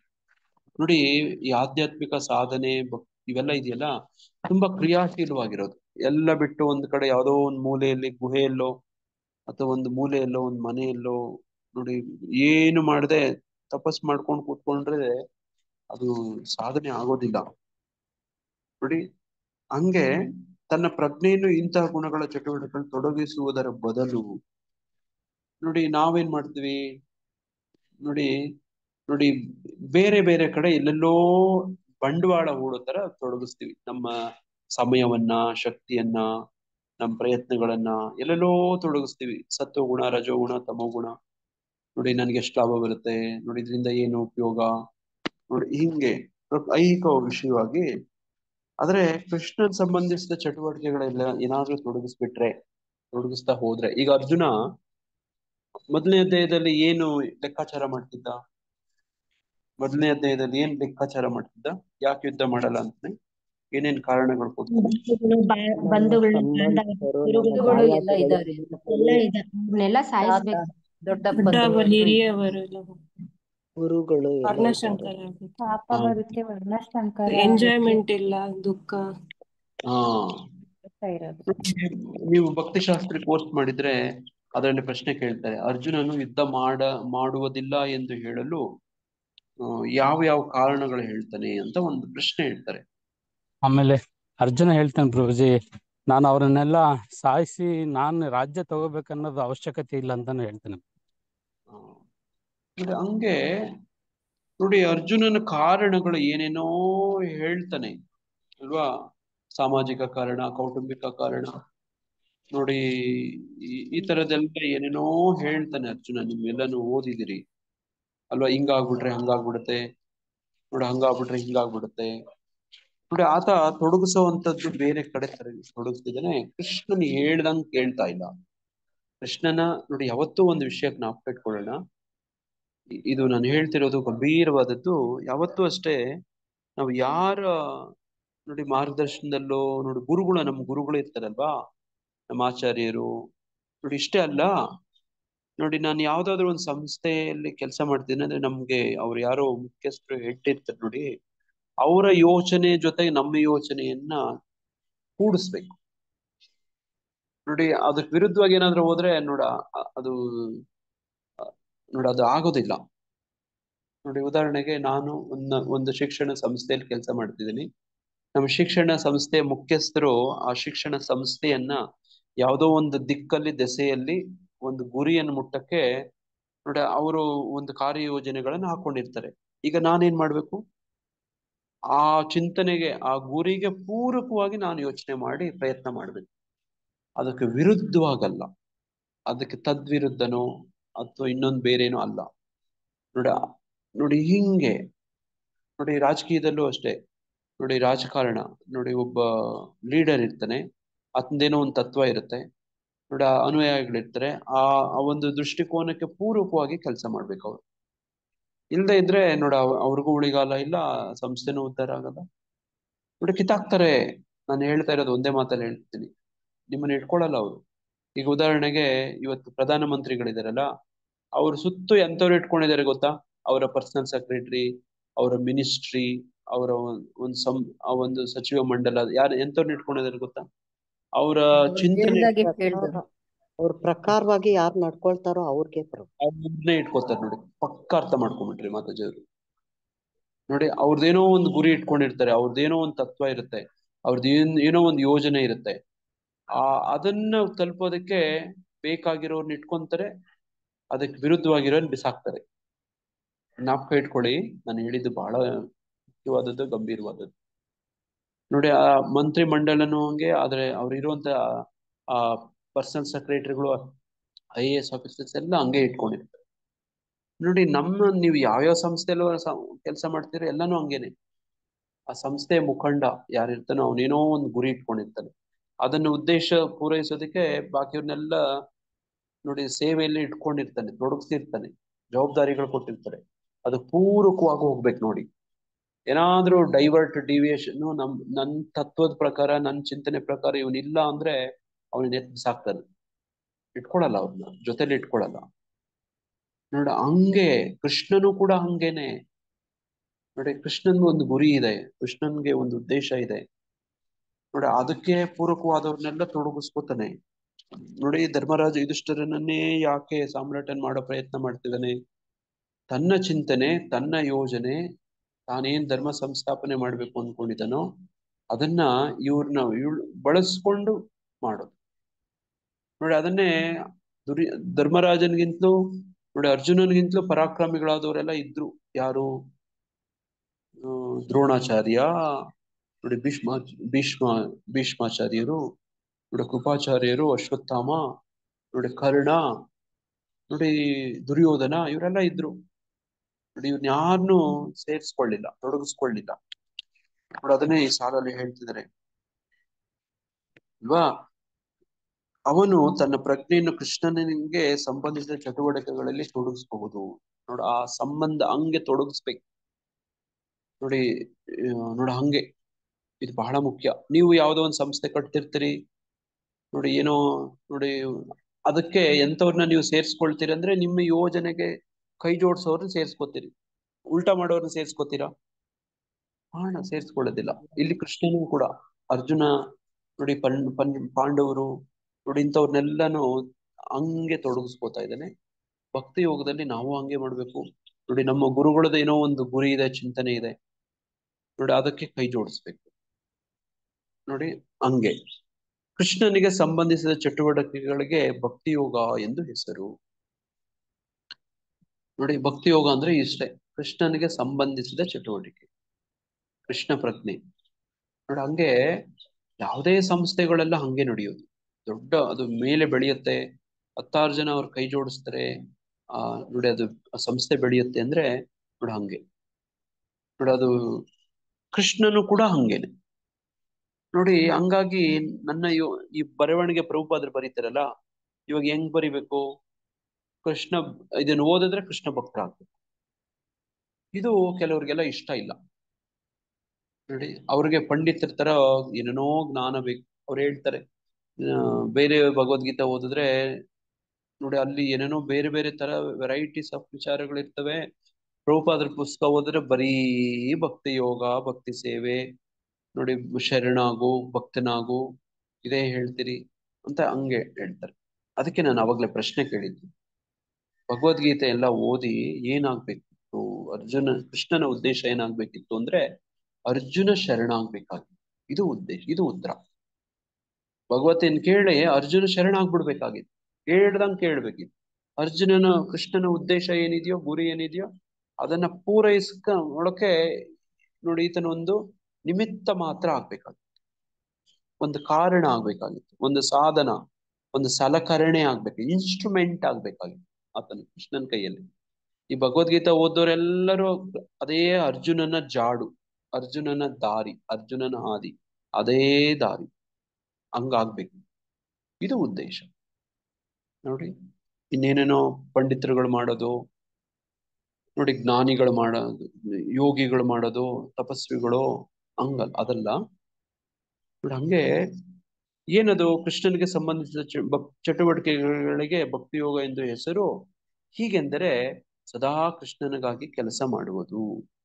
ನೋಡಿ, ಈಗ ಪ್ರಶ್ನೆ ಬರುತ್ತೆ, ಸದಾ ಕೃಷ್ಣನ್ಗೆ ಕೆಲಸ ಮಾಡ್ಕೊಂಡಿದ್ರೆ ನಮ್ಮಿಟ್ಟು ಬಟ್ಟೆ ಹೊಟ್ಟೆ ನೋಡಿ, ಮನೆ ನೋಡಿ, ಇವ್ರಿಗೆಲ್ಲ ಯಾರು ಇಡ್ತಾರೆ ಅಂತ ಅಲ್ವಾ ಅಲ್ವಾ ಈ ತರ ಪ್ರಶ್ನೆ ಬಂದ್ಬಿಡುತ್ತೆ. ಸದಾ ಕೃಷ್ಣನ್ಗೆ ಕೆಲಸ ಮಾಡ್ಕೊಂಡಿದ್ರೆ ಮತ್ತೆ ನಮ್ ಬದುಕು ಹೆಂಗ್ ನಡೆಯುತ್ತೆ, ನಮ್ ಸಂಸಾರ ಕುಟುಂಬ ನೋಡಿ, ಇದೇ ಅಲ್ವಾ ಬಹಳಷ್ಟು ಪ್ರಶ್ನೆ ಬರುತ್ತೆ. ಇದು ಕೃಷ್ಣನನ್ನು ದಾರಿ ತೋರಿಸ್ತಾರೆ ಪ್ರಭುಜಿ. ಆತರ ವೆರಿ ಗುಡ್. ಭಗವಂತನ ನಾವು ನಂಬಿದ್ರೆ ಭಗವಂತ ದಾರಿ ತೋರಿಸ್ತಾರೆ. ಹಾ ನಾವು ಮಾಡೋ ಕರ್ತವ್ಯದಲ್ಲಿ ಭಗವಂತನನ್ನ ಕಾಣೋದು. ನೋಡಿ ಅರ್ಜುನನ್ ತರ ನೋಡಿ, ಅರ್ಜುನ ಕೃಷ್ಣನನ್ಗೆ ಯಾವ ತರ ಭಕ್ತಿ ಸೇವೆ. ಅರ್ಜುನ ಕುತ್ಕೊಂಡು ಭಜನೆ ಮಾಡ್ಕೊಂಡು ಜಪ ಮಾಡ್ಕೊಂಡು ನಿಯತ ಕರ್ತವ್ಯಗಳನ್ನ ಮಾಡ್ಕೊಂಡೇ ಮಾಡುವಂತ. ಕೂತಿದ್ದ. ಏನ್ ಮಾಡ್ದ ಕರ್ತವ್ಯಗಳು ಅರ್ಜುನ? ಅವನೇನ್ ಮಾಡ್ತಾನೋ ಅದನ್ನ ಕೃಷ್ಣನ್ಗೆ ಅರ್ಪಣೆ ಮಾಡ್ತಿದ್ದ ಪ್ರಭುಜಿ. ಎಲ್ಲ ಅಲ್ಲ, ನಿಂದೆ. ನೋ ನೋ ನೋ ನೋ ಅವನ ಹಂಗೆಲ್ಲ ಅರ್ಥ. ಕರ್ತವ್ಯದಲ್ಲಿ ಮಾಡೋದು. ನಿಯತ ಕರ್ತವ್ಯಗಳನ್ನ ಮಾಡಂತ ಹೇಳಿರ್ತಾರೆ. ನೋಡಿ, ಮಾಡೋದನ್ನೆಲ್ಲ ಅರ್ಪಣೆ ಮಾಡೋದು ಹಂಗ್ ಮಾಡ್ಕೋಬೇಡಿ ಮಾತಾಜಿ. ಅದು ತಪ್ಪಾಗಿ ನಾವು ಇಷ್ಟು ದಿನ ಹಂಗೆ ಅನ್ಕೊಂಡ್ಬಿಟ್ಟಿದೀವಿ. ಆಕ್ಚುಲಿ ನಾವು ಏನ್ ಮಾಡ್ತೀವಿ ಅಂದ್ರೆ ಕೃಷ್ಣನ್ಗೆ ಏನ್ ಇಷ್ಟನೋ ಆ ತರ ಮಾಡೋ ತರದ್ದು ಮಾತಾಜಿ. ನಾನ್ ಬೇಕಾದೆಲ್ಲ ಮಾಡಿ ಕೃಷ್ಣನ್ಗೆ ಅರ್ಪಣೆ ಮಾಡ್ತೀನಿ ಹಂಗಲ್ಲ. ಕೃಷ್ಣನ್ಗೆ ಏನ್ ಇಷ್ಟನೋ ಆತನಿಗೆ ಶರಣಾಗಿ ಆತನಿಗೆ ಏನ್ ಬೇಕೋ ಅದನ್ನೇ ಮಾಡ್ತೀನಿ ಅನ್ನೋ ತರ ಹೇಳ್ಬೇಕು ಮಾತಾಜಿ.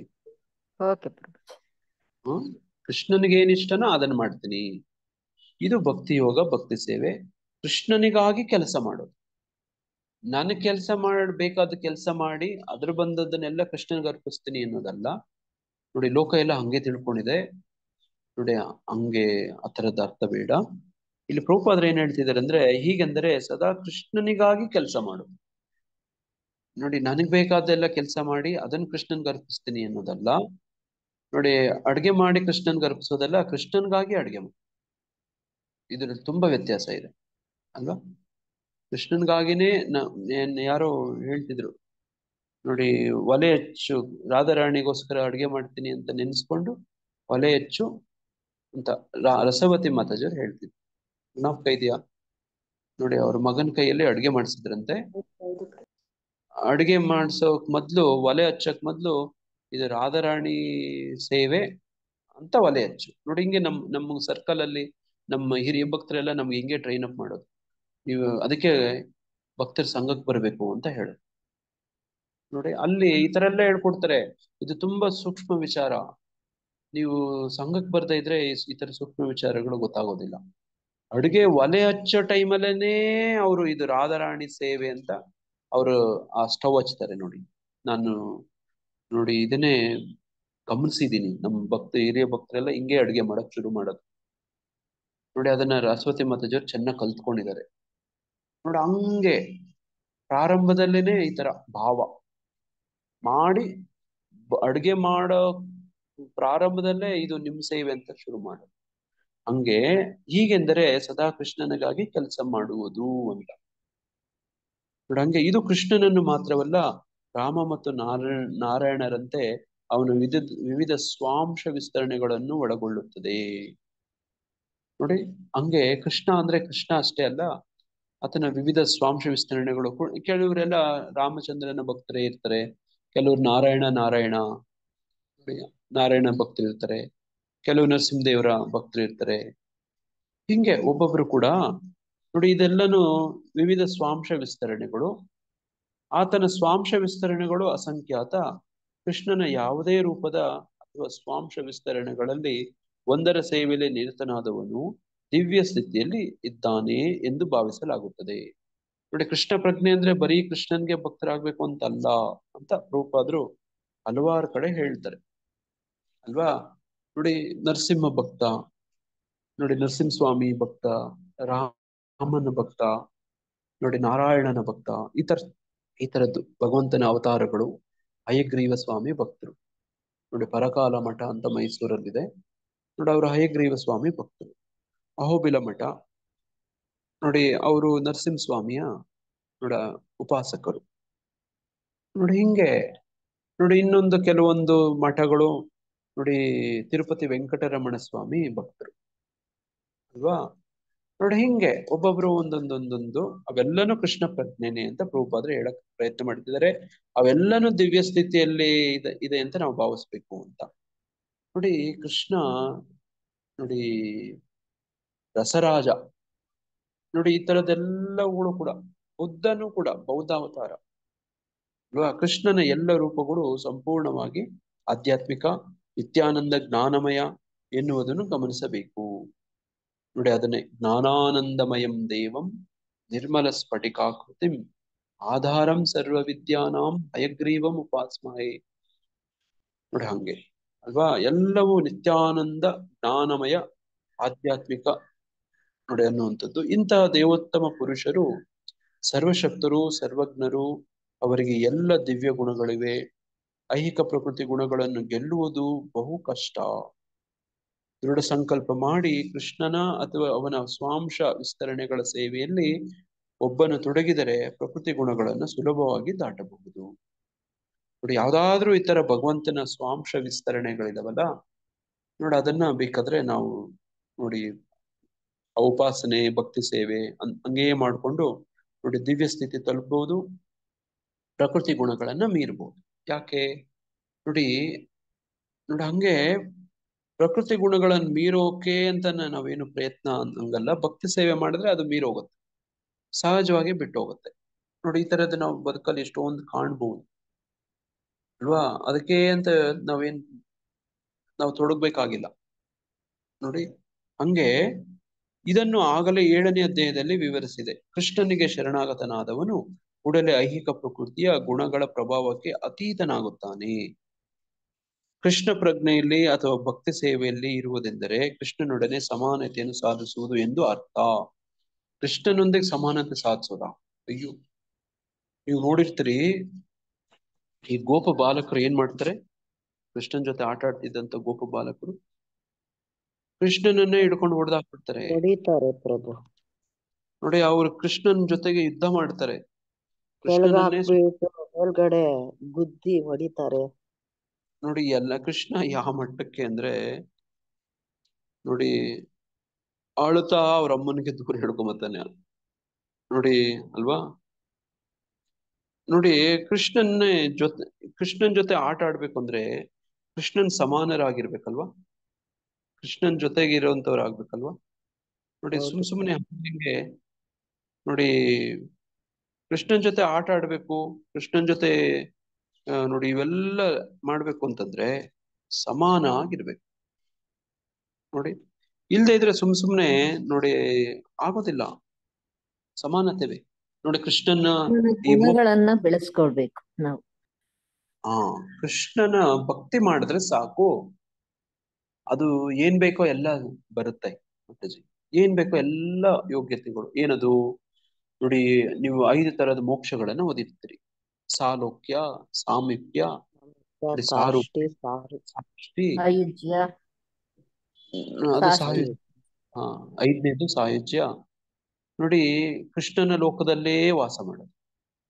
ನೋಡಿ ನಾವು ಹೇಳ್ತೀವಲ್ವಾ, ನೋಡಿ ನಾವು ಕೂಡ ನೋಡಿ ನಿಮ್ಮ ಮನೆಯಲ್ಲಿದೆ ಅಂದ್ರೆ ಸದಾಶಿವನಗರದಲ್ಲಿದೆ, ಸದಾಶಿವನಗರದಲ್ಲಿದೆ ಅಂದ್ರೆ ಎಲ್ಲ ದೊಡ್ಡ ದೊಡ್ಡ ವ್ಯಕ್ತಿಗಳು.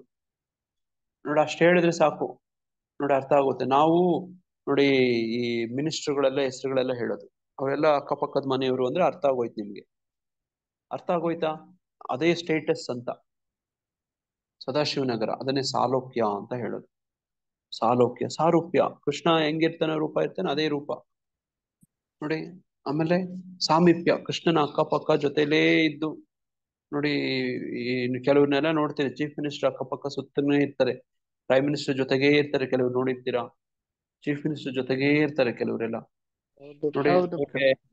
ನೋಡಿ ಯಾರನ್ನ ಇಟ್ಕೋತಾನೆ ಅಂದ್ರೆ ಅವ್ರು ಸಮಾನವಾಗಿರೋರ್ನ ಇಟ್ಕೋತಾನೆ ನೋಡಿ, ಯಾರನ್ನೋ ಇಟ್ಕೊಳಲ್ಲ ಅಲ್ವಾ. ನೋಡಿ ಹಂಗೆ ಸಾಷ್ಟಿ ಅಂತಂದ್ರೆ ಕೃಷ್ಣನ್ಗೆ ಏನ್ ಐಶ್ವರ್ಯ ಇದೆಯೋ ಅದೇ ಐಶ್ವರ್ಯ ಇರುವಂತದ್ದು ನೋಡಿ. ಹಂಗೆ ನೋಡಿ ಇಲ್ಲಿ ಏನಂದ್ರೆ ನೋಡಿ, ಇದನ್ನ ಇನ್ನೊಂದ್ಸತಿ ಓದ್ತೀನಿ, ಸ್ಪಷ್ಟವಾಗಿ ಅರ್ಥ ಮಾಡ್ಕೊಳ್ಳೋಣ. ಕೃಷ್ಣ ಪ್ರಜ್ಞೆಯಲ್ಲಿ ಅಥವಾ ಭಕ್ತಿ ಸೇವೆಯಲ್ಲಿ ಇರುವುದೆಂದರೆ ಕೃಷ್ಣನೊಡನೆ ಸಮಾನತೆಯನ್ನು ಸಾಧಿಸುವುದು ಎಂದು ಅರ್ಥ. ನೋಡಿ ನಾವು ಸಮಾನರಲ್ಲ, ಆಕ್ಚುಲಿ ಅಲ್ಲ. ನೋಡಿ, ನೋಡಿ ಜೀವಾತ್ಮ ಪರಮಾತ್ಮ ನೋಡಿ ಸಮಾನ ಅಲ್ಲ. ಆದ್ರೆ ಕೃಷ್ಣ ಆತರ ಭಾವಿಸ್ತಾನೆ ನೋಡಿ. ಇದು ಸರಿಯಾಗಿ ಅರ್ಥ ಮಾಡ್ಕೊಡಿ. ಅಂದ್ರೆ ಏನ್ ಮಾಡ್ತಾನೆ ಕೃಷ್ಣ ಆತರ ಭಾವಿಸ್ತಾನೆ ಸೇವಕ ನೋಡಿ. ನಾವು ಅಣು, ಕೃಷ್ಣ ವಿಭು.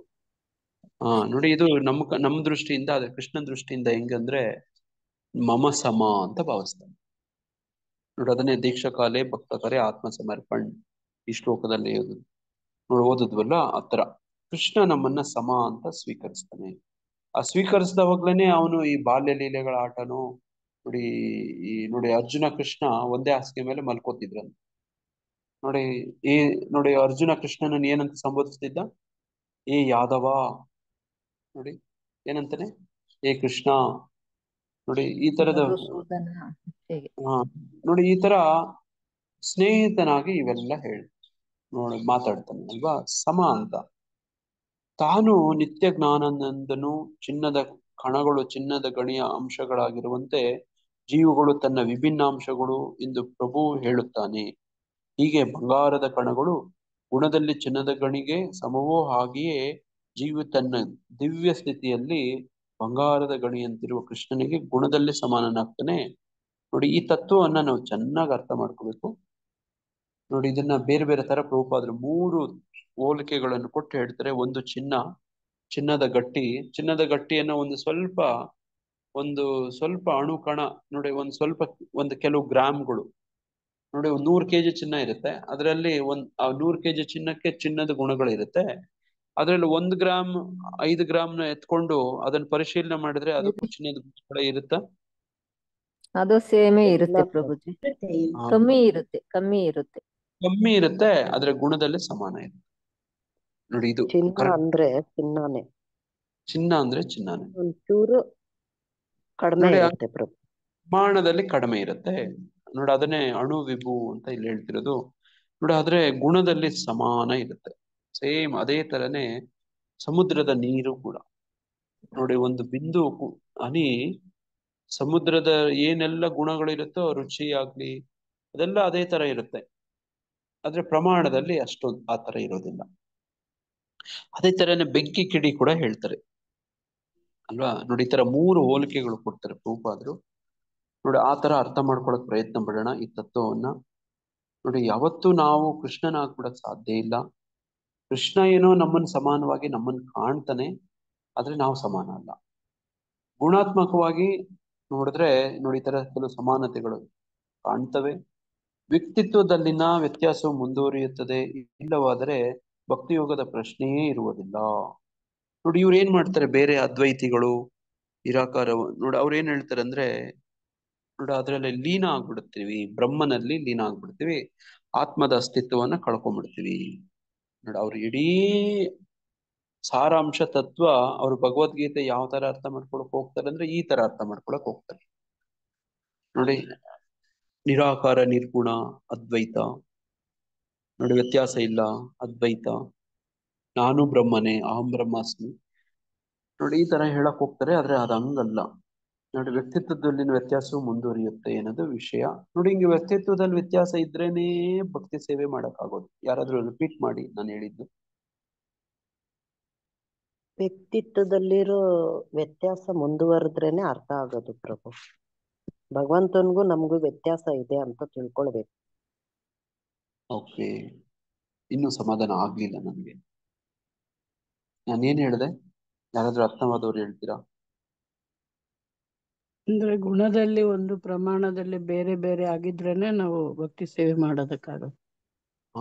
ನೋಡಿ, ಭಕ್ತಿ ಸೇವೆಗಳ ಯಾವಾಗ ಆಗತ್ತೆ ಅಂದ್ರೆ ನೋಡಿ ಅಲ್ಲಿ ನೋಡಿ ಒಬ್ಬ ಶ್ರೇಷ್ಠ ನೋಡಿ ಆ ಸೇವೆ ಮಾಡ್ಬೇಕು ಅಂತಂದ್ರೆ ಸೇವೆಗಳೆಲ್ಲ ಆಗತ್ತೆ ಅಂದ್ರೆ ನೋಡಿ, ನಾನೊಬ್ಬ ನೋಡಿ ಭಗವಂತ ಇನ್ನೊಬ್ಬ, ಇಲ್ಲಿ ಎರಡಾಗ್ಬೇಕು ನೋಡಿ. ಆ ಸೇವೆಗಳಲ್ಲಿ ತೊಡಗ್ಬೇಕು ಅಂತಂದ್ರೆ ನಾನ್ಯಾರು, ನನ್ನ ಸ್ಥಾನಮಾನ ಏನು, ಆತನ ಸ್ವಾಮಿ ಸ್ಥಾನಮಾನ ಏನು ಅಂತ ಗೊತ್ತಿರ್ಬೇಕು ನೋಡಿ. ಈ ವ್ಯತ್ಯಾಸಗಳು ಯಾವತ್ತೂ ಮುಂದುವರ್ಕೊಂಡು ಹೋದ್ರೇನೆ ಆ ಭಕ್ತಿ ಸೇವೆಗಳು ಮುಂದುವರ್ಕೊಂಡು ಹೋಗೋದು.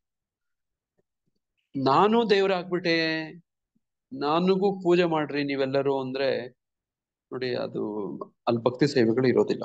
ನಾನು ಕೃಷ್ಣ ಸಮ ಸಮ ಅಂತ ಜೀವಾತ್ಮ ಅಂದ್ಕೋಬಾರ್ದು, ಕೃಷ್ಣ ಅಂದ್ಕೊಳ್ತಾನೆ.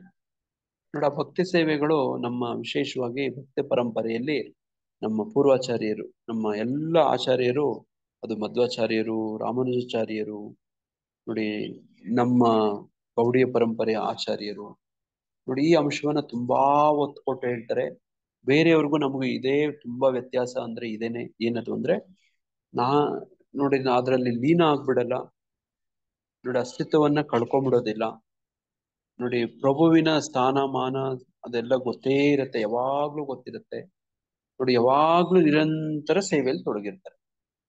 ನೋಡಿ ಅದೇ ಗೌರವದಿಂದ. ನೋಡಿ ಲಕ್ಷ್ಮಣ ಹೆಂಗೆ ರಾಮನಿಗೆ ಸೇವೆ ಮಾಡ್ತಿರ್ತಾನೋ, ನೋಡಿ ಅವರಿಬ್ರು ಒಂದೇ ತಂದೆಯ ಮಕ್ಕಳಲ್ವಾ. ನೋಡಿ ಇಬ್ರು ರಾಜ್ಕುಮಾರರಲ್ವಾ, ಇಕ್ಷ್ವಾಕು ವಂಶದ ರಾಜ್ಕುಮಾರಲ್ವಾ. ಲಕ್ಷ್ಮಣ ಏನ್ ಮಾಡ್ತಾನೆ, ರಾಮನಿಗೆ ಯಾವಾಗ್ಲೂ ಸೇವೆ ಮಾಡ್ತಾನೆ. ನೋಡಿ ಅದೇ ತರ ನೋಡಿ ಬಲರಾಮನು ಕೂಡ ಪ್ರಭು ನೋಡಿ ಕೃಷ್ಣನಿಗೋಸ್ಕರ ಯಾವಾಗ್ಲೂ ಸೇವೆ ಮಾಡ್ತಾರೆ, ನಿರಂತರ ಸೇವೆ. ನೋಡಿ ಬಲರಾಮನಿಗೂ ಕೃಷ್ಣನಿಗೂ ಏನ್ ವ್ಯತ್ಯಾಸ ಪ್ರಭುಪಾದರು ಹೇಳ್ತಾರೆ. ಅವ್ರು ಬೆಳ್ಳಗಿರ್ತಾರೆ, ಇವ್ರು ಕಪ್ಪಗಿರ್ತಾರೆ ಅಷ್ಟೇ. ಬಣ್ಣ ಒಂದೇ ವ್ಯತ್ಯಾಸ ಪ್ರಭುಜಿ, ಇಬ್ರು ಒಂದೇ ಇರ್ತಾರೆ ಗುಣದಲ್ಲೆಲ್ಲ. ತುಂಬಾ ಚೆನ್ನಾಗಿ ತಿಳ್ಕೊಂಡಿದ್ದೀರಿ ನೀವು, ತುಂಬಾ ಸಂತೋಷ ಆಯ್ತು ನೀವು ಈ ಉತ್ತರ ಹೇಳಿದಕ್ಕೆ. ನೋಡಿ ಅವರಿಬ್ರು ವಸುದೇವನ ಮಕ್ಕಳೇ, ವಾಸುದೇವ, ಇಬ್ರು ಕೂಡ ವಾಸುದೇವ, ಇಬ್ರು ಕೂಡ ದೇವೋತ್ತಮ ಪರಮ ಪುರುಷರೇ. ಕೃಷ್ಣನ ಪ್ರಥಮ ವಿಸ್ತರಣೆನೇ ಬಲರಾಮ. ಆತ ಕರಿ ಕೃಷ್ಣ, ಈತ ಬಿಳಿ ಕೃಷ್ಣ ಅಂತ ಪ್ರಭುಪಾದ ಹೇಳ್ತಾರೆ. Supreme personality of god Ed Balarama ಅಂತ ಹೇಳ್ತಾರೆ. ನೋಡಿದ್ರೆ ಬಲರಾಮ ಏನ್ ಮಾಡ್ತಾನೆ, ಕೃಷ್ಣನಿಗೆ ಯಾವಾಗ್ಲೂ ಸೇವೆಗಳು ಮಾಡ್ತಾನೆ. ನೋಡಿ ಈ ತರ ವಿಧ ವಿಧವಾದ ಸೇವೆ ಮಾಡ್ತಾನೆ ಬಲರಾಮ. ನೋಡಿ ಹಾಸಿಗೆ ಹಾಕ್ತಾನೆ, ಆಭರಣ ಹಾಕ್ತಾನೆ, ಛತ್ರಿ ಹಾಕ್ತಾನೆ. ನೋಡಿ ಭಗವಂತನಿಗೆ ಯಾವಾಗ್ಲೂ ಅಣ್ಣನಾಗಿ ರಕ್ಷಣೆ ಮಾಡೋ ಪ್ರಯತ್ನ ಮಾಡ್ತಾನೆ. ನೋಡಿ ಈ ಜಗತ್ತನ್ನ ನೋಡಿ ಸೃಷ್ಟಿಸಿ, ನೋಡಿ ಇವೆಲ್ಲವೂ ಬಲರಾಮನೇ ಆಕ್ಚುಲಿ ಮಾಡೋದು.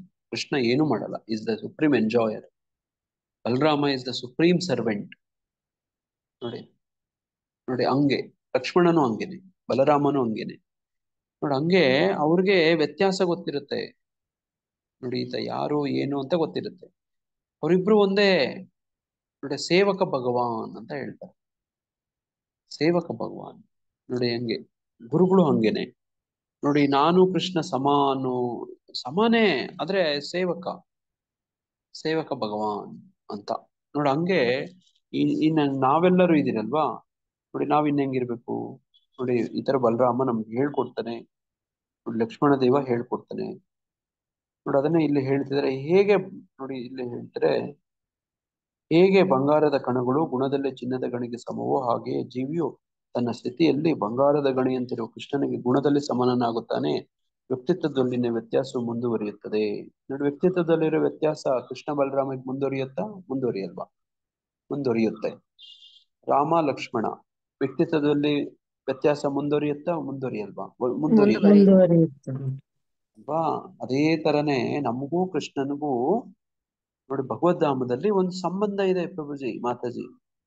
ಆ ಸಂಬಂಧ ಏನು ಅನ್ನೋದು ಮರ್ತೋಗ್ಬಿಟ್ಟಿದೆ ಈಗ.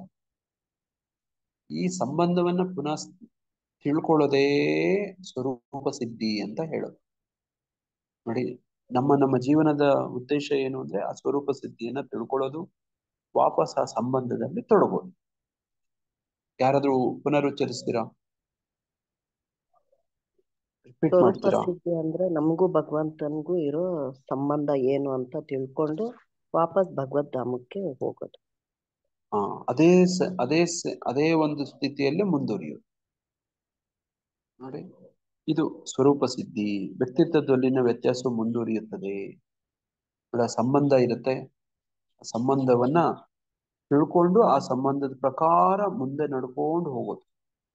ಅದೇನೋ ಒಂದು ಸಂಬಂಧ ಇದೆ ನಮಗೂ ಕೃಷ್ಣನ್ಗೂ, ಅದು ಈಗ ನಮ್ಗೆ ಗೊತ್ತಾಗ್ತಾ ಇಲ್ಲ, ಮರ್ತೋಗ್ಬಿಟ್ಟಿದೆ. ಯಾರಿಗಾದ್ರೂ ಗೊತ್ತಾ, ಜ್ಞಾಪಕ ಬಂದಿದ್ಯಾ? ಇಲ್ಲ ಪ್ರಭುಜಿ. ಕೃಷ್ಣ ಪ್ರಜ್ಞೆ ಮುಖಾಂತರ ಅದು ಗೊತ್ತಾಗುತ್ತೆ. ಅದಕ್ಕೋಸ್ಕರ ನಾವು ನೋಡಿ ಪ್ರತ್ಯೇಕವಾಗಿ ಪ್ರಯತ್ನ ಮಾಡ್ಬೇಕಾಗಿಲ್ಲ. ನೋಡಿ ಪ್ರತ್ಯೇಕವಾಗಿ ಪ್ರಯತ್ನ ಮಾಡ್ಬೇಕಾಗಿಲ್ಲ, ಅದು ಬರುತ್ತೆ ಸಹಜವಾಗಿನೇ. ನೋಡಿ ಒಬ್ಬ ಯುವಕ ಯುವತಿ ನೋಡಿ ದಂಪತಿಗಳಾಗಿ ಪರಸ್ಪರ ಪ್ರೀತಿ, ನೋಡಿ ಸಹನೆ ಸಹಕಾರ, ನೋಡಿ ಇಬ್ರು ಮುಂದುವರ್ಸ್ಕೊಂಡು ಹೋದ್ರೆ ನೋಡಿ ಅವ್ರಿಗೆ ಸಂತಾನ ಆಗೋದು, ನೋಡಿ ಅವ್ರಿಗೆ ಬೇಕಾದ ಪರಸ್ಪರ ಸಿಗುವಂಥದ್ದೆಲ್ಲ ಸಿಗ್ತಾ ಹೋಗುತ್ತೆ. ನೋಡಿ ಆ ಸಂಬಂಧದಲ್ಲಿ ಇರ್ಬೇಕಷ್ಟೇ ಅವ್ರು, ನೋಡಿ ಪರಸ್ಪರ. ನೋಡಿ ಹಂಗೆ ಕೃಷ್ಣ ಭಕ್ತಿಯಲ್ಲಿ ಮುಂದುವರೆದವ್ರಿಗೆ ಏನು ಬೇರೆ ತರ ಪ್ರಯತ್ನ ಮಾಡ್ಬೇಕಾಗಿಲ್ಲ, ಇವೆಲ್ಲನೂ ಸಿಗ್ತಾ ಹೋಗುತ್ತೆ. ನೋಡಿ ಹಂಗೆ ನೋಡಿ ಇಲ್ಲಿ ವ್ಯಕ್ತಿತ್ವದಲ್ಲಿನ ವ್ಯತ್ಯಾಸ ಮುಂದುವರಿಯುತ್ತದೆ ಅಂದ್ರೆ ಹಿಂಗೆ. ಇಲ್ಲವಾದರೆ ಭಕ್ತಿಯೋಗದ ಪ್ರಶ್ನೆಯೇ ಇರುವುದಿಲ್ಲ. ಭಕ್ತಿಯೋಗದ ಅರ್ಥ ಇದು: ಪ್ರಭು ಇದ್ದಾನೆ, ಭಕ್ತನಿದ್ದಾನೆ, ಪ್ರಭು ಭಕ್ತರ ನಡುವಣ ಪ್ರೀತಿಯ ವಿನಿಮಯವಿದೆ. ಹಿಂಗಿದೆ ನೋಡಿ ಸಾಲು. ನೋಡಿ ಇದನ್ನು ಯಾರಾದ್ರೂ ಈ ನಿರಾಕಾರವಾದಿಗಳು, ಈ ನಿರ್ಗುಣವಾದಿಗಳು, ಅದ್ವೈತವಾದಿಗಳು ಇದು ಓದಿದ್ರೆ ಭಕ್ತರಾಗ್ಬಿಡ್ಬೇಕು. ನೋಡಿ ಈ ಸಾಲನ್ನು ಓದಿದ್ರೇನೆ ಸಾಕು, ತಕ್ಷಣ ಭಕ್ತರಾಗ್ಬಿಡ್ತಾರೆ. ನೋಡಿ ಅಂತ ಪುಣ್ಯಾತ್ಮರು. ನೋಡಿ ಇದನ್ನು ಓದ್ಬೇಕಷ್ಟೇನೆ. ರೂಪದ ಸಾಲು ನೋಡಿ, ನೋಡಿ ನನಗೆ ಬಹಳ ಇಷ್ಟ ಆಗೋಯ್ತು ಈ ಸಾಲು. ಇದೇನಿದು ನೋಡಿ, ಪ್ರಭು ಇದ್ದಾನೆ, ನೋಡಿ ಕೃಷ್ಣ ಇದ್ದಾನೆ ಅಲ್ವಾ. ನೋಡಿ ನನ್ನ ಮೊಬೈಲ್ ಸ್ಕ್ರೀನ್ ನೋಡಿ, ನೋಡಿ ಕೃಷ್ಣ ಇದ್ದಾನೆ, ಅವನ ಜೊತೆಗೆ ಯಾರಿದ್ದಾರೆ? ಕೃಷ್ಣ ಇದ್ರೆ ಕೃಷ್ಣನ್ ಜೊತೆಗೆ ಯಾರ್ಯಾರೆಲ್ಲ ಇರ್ತಾರೆ? ಭಕ್ತ ಇದ್ದಾರೆ. ಭಕ್ತ ಇದ್ದಾರೆ. ಹಾ, ಭಕ್ತ ಇದ್ದಾನೆ. ಎಲ್ಲ ಇರ್ತಾರೆ. ಹಾ ನೋಡಿ ಕೃಷ್ಣ ಇದ್ದಾನೆ, ಭಕ್ತ ಇದ್ದಾನೆ. ನೋಡಿ ಈಗ ಇವರು ಭಕ್ತ ಭಗವಾನ್ ಇದ್ರೆ ಏನಾಗತ್ತೆ ಈಗ? ನೋಡಿ ಇವ್ರ ಮಧ್ಯೆ ಪ್ರೀತಿಯ ವಿನಿಮಯ ಆಗ್ತಾ ಇರುತ್ತೆ. ನೋಡಿ ಭಕ್ತಿ ನಡೀತಾ ಇರುತ್ತೆ, ಪ್ರೀತಿಯ ವಿನಿಮಯ.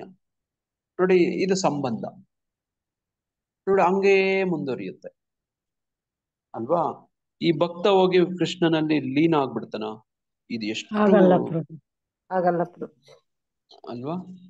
ನೋಡಿ ಇದನ್ನೇ ಇಡೀ ಹಿಂದೂ ಧರ್ಮದಲ್ಲಿ 90% ಜನಗಳು ಇದೇ ತತ್ವವನ್ನು ಅನುಸರಿಸೋದು. ಏನದು ನೋಡಿ, ಈ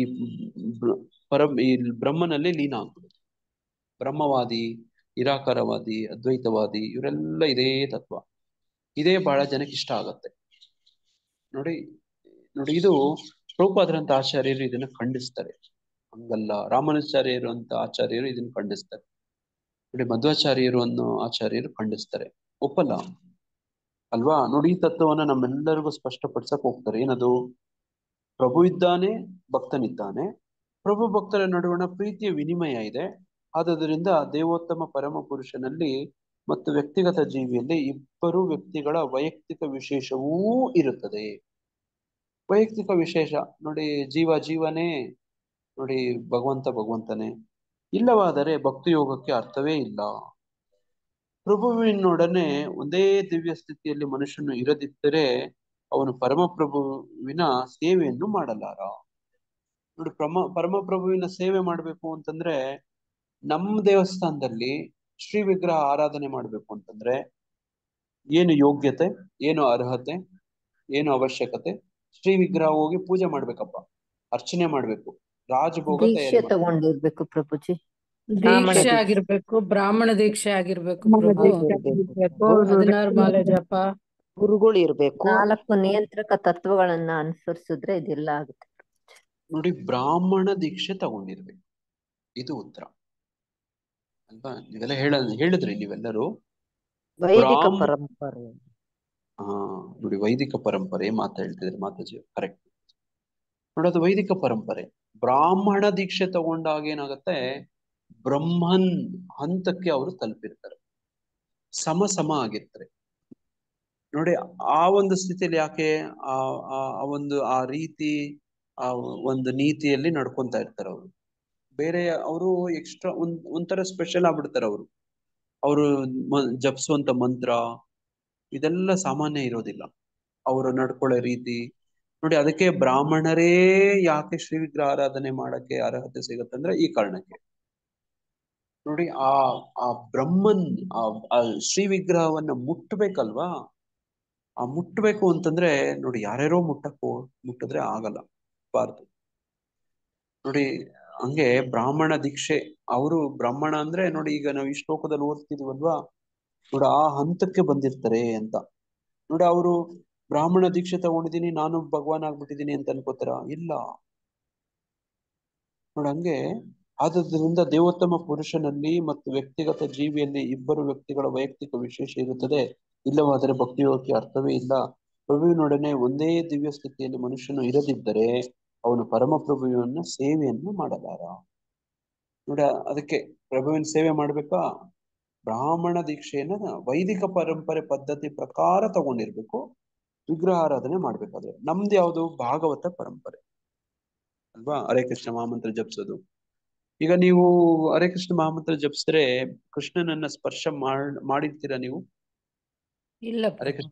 ಕೃಷ್ಣ ಜಪಿಸ್ತಾ ಇದ್ದಾಗ ಕೃಷ್ಣನನ್ನ ಸ್ಪರ್ಶ ಮನಸ್ಸಿಂದ ಸ್ಪರ್ಶ ಆಗತ್ತೆ ಪ್ರಭು. ಮಾಡಿರ್ತೀವಿ ಪ್ರಭುಜಿ. ಮನಸ್ಸಿಂದ ಸ್ಪರ್ಶ ಆಗತ್ತೆ, ನಾಮ ಬೇರೆ ಅಲ್ಲ. ನಾಲಿಗೆ ಮುಖ, ನಾಲಿಗೆಯಲ್ಲಿ ತಾಂಡವ ಮಾಡ್ತಾ ಇರ್ತಾರೆ ಅಂತ ಹೇಳ್ತಾರೆ ಪ್ರಭುಜಿ. Very good. ನೋಡಿ, ಅವಾಗ್ಲೇ ಮುನಿಪಾಲ ಪ್ರಭು ನಾರಾಯಣ ಪ್ರಭು ಮುನಿಪಾಲ ನಾರಾಯಣ ಪ್ರಭು ದೇವರು ಹೇಳಕ್ ಹೋದ್ರು.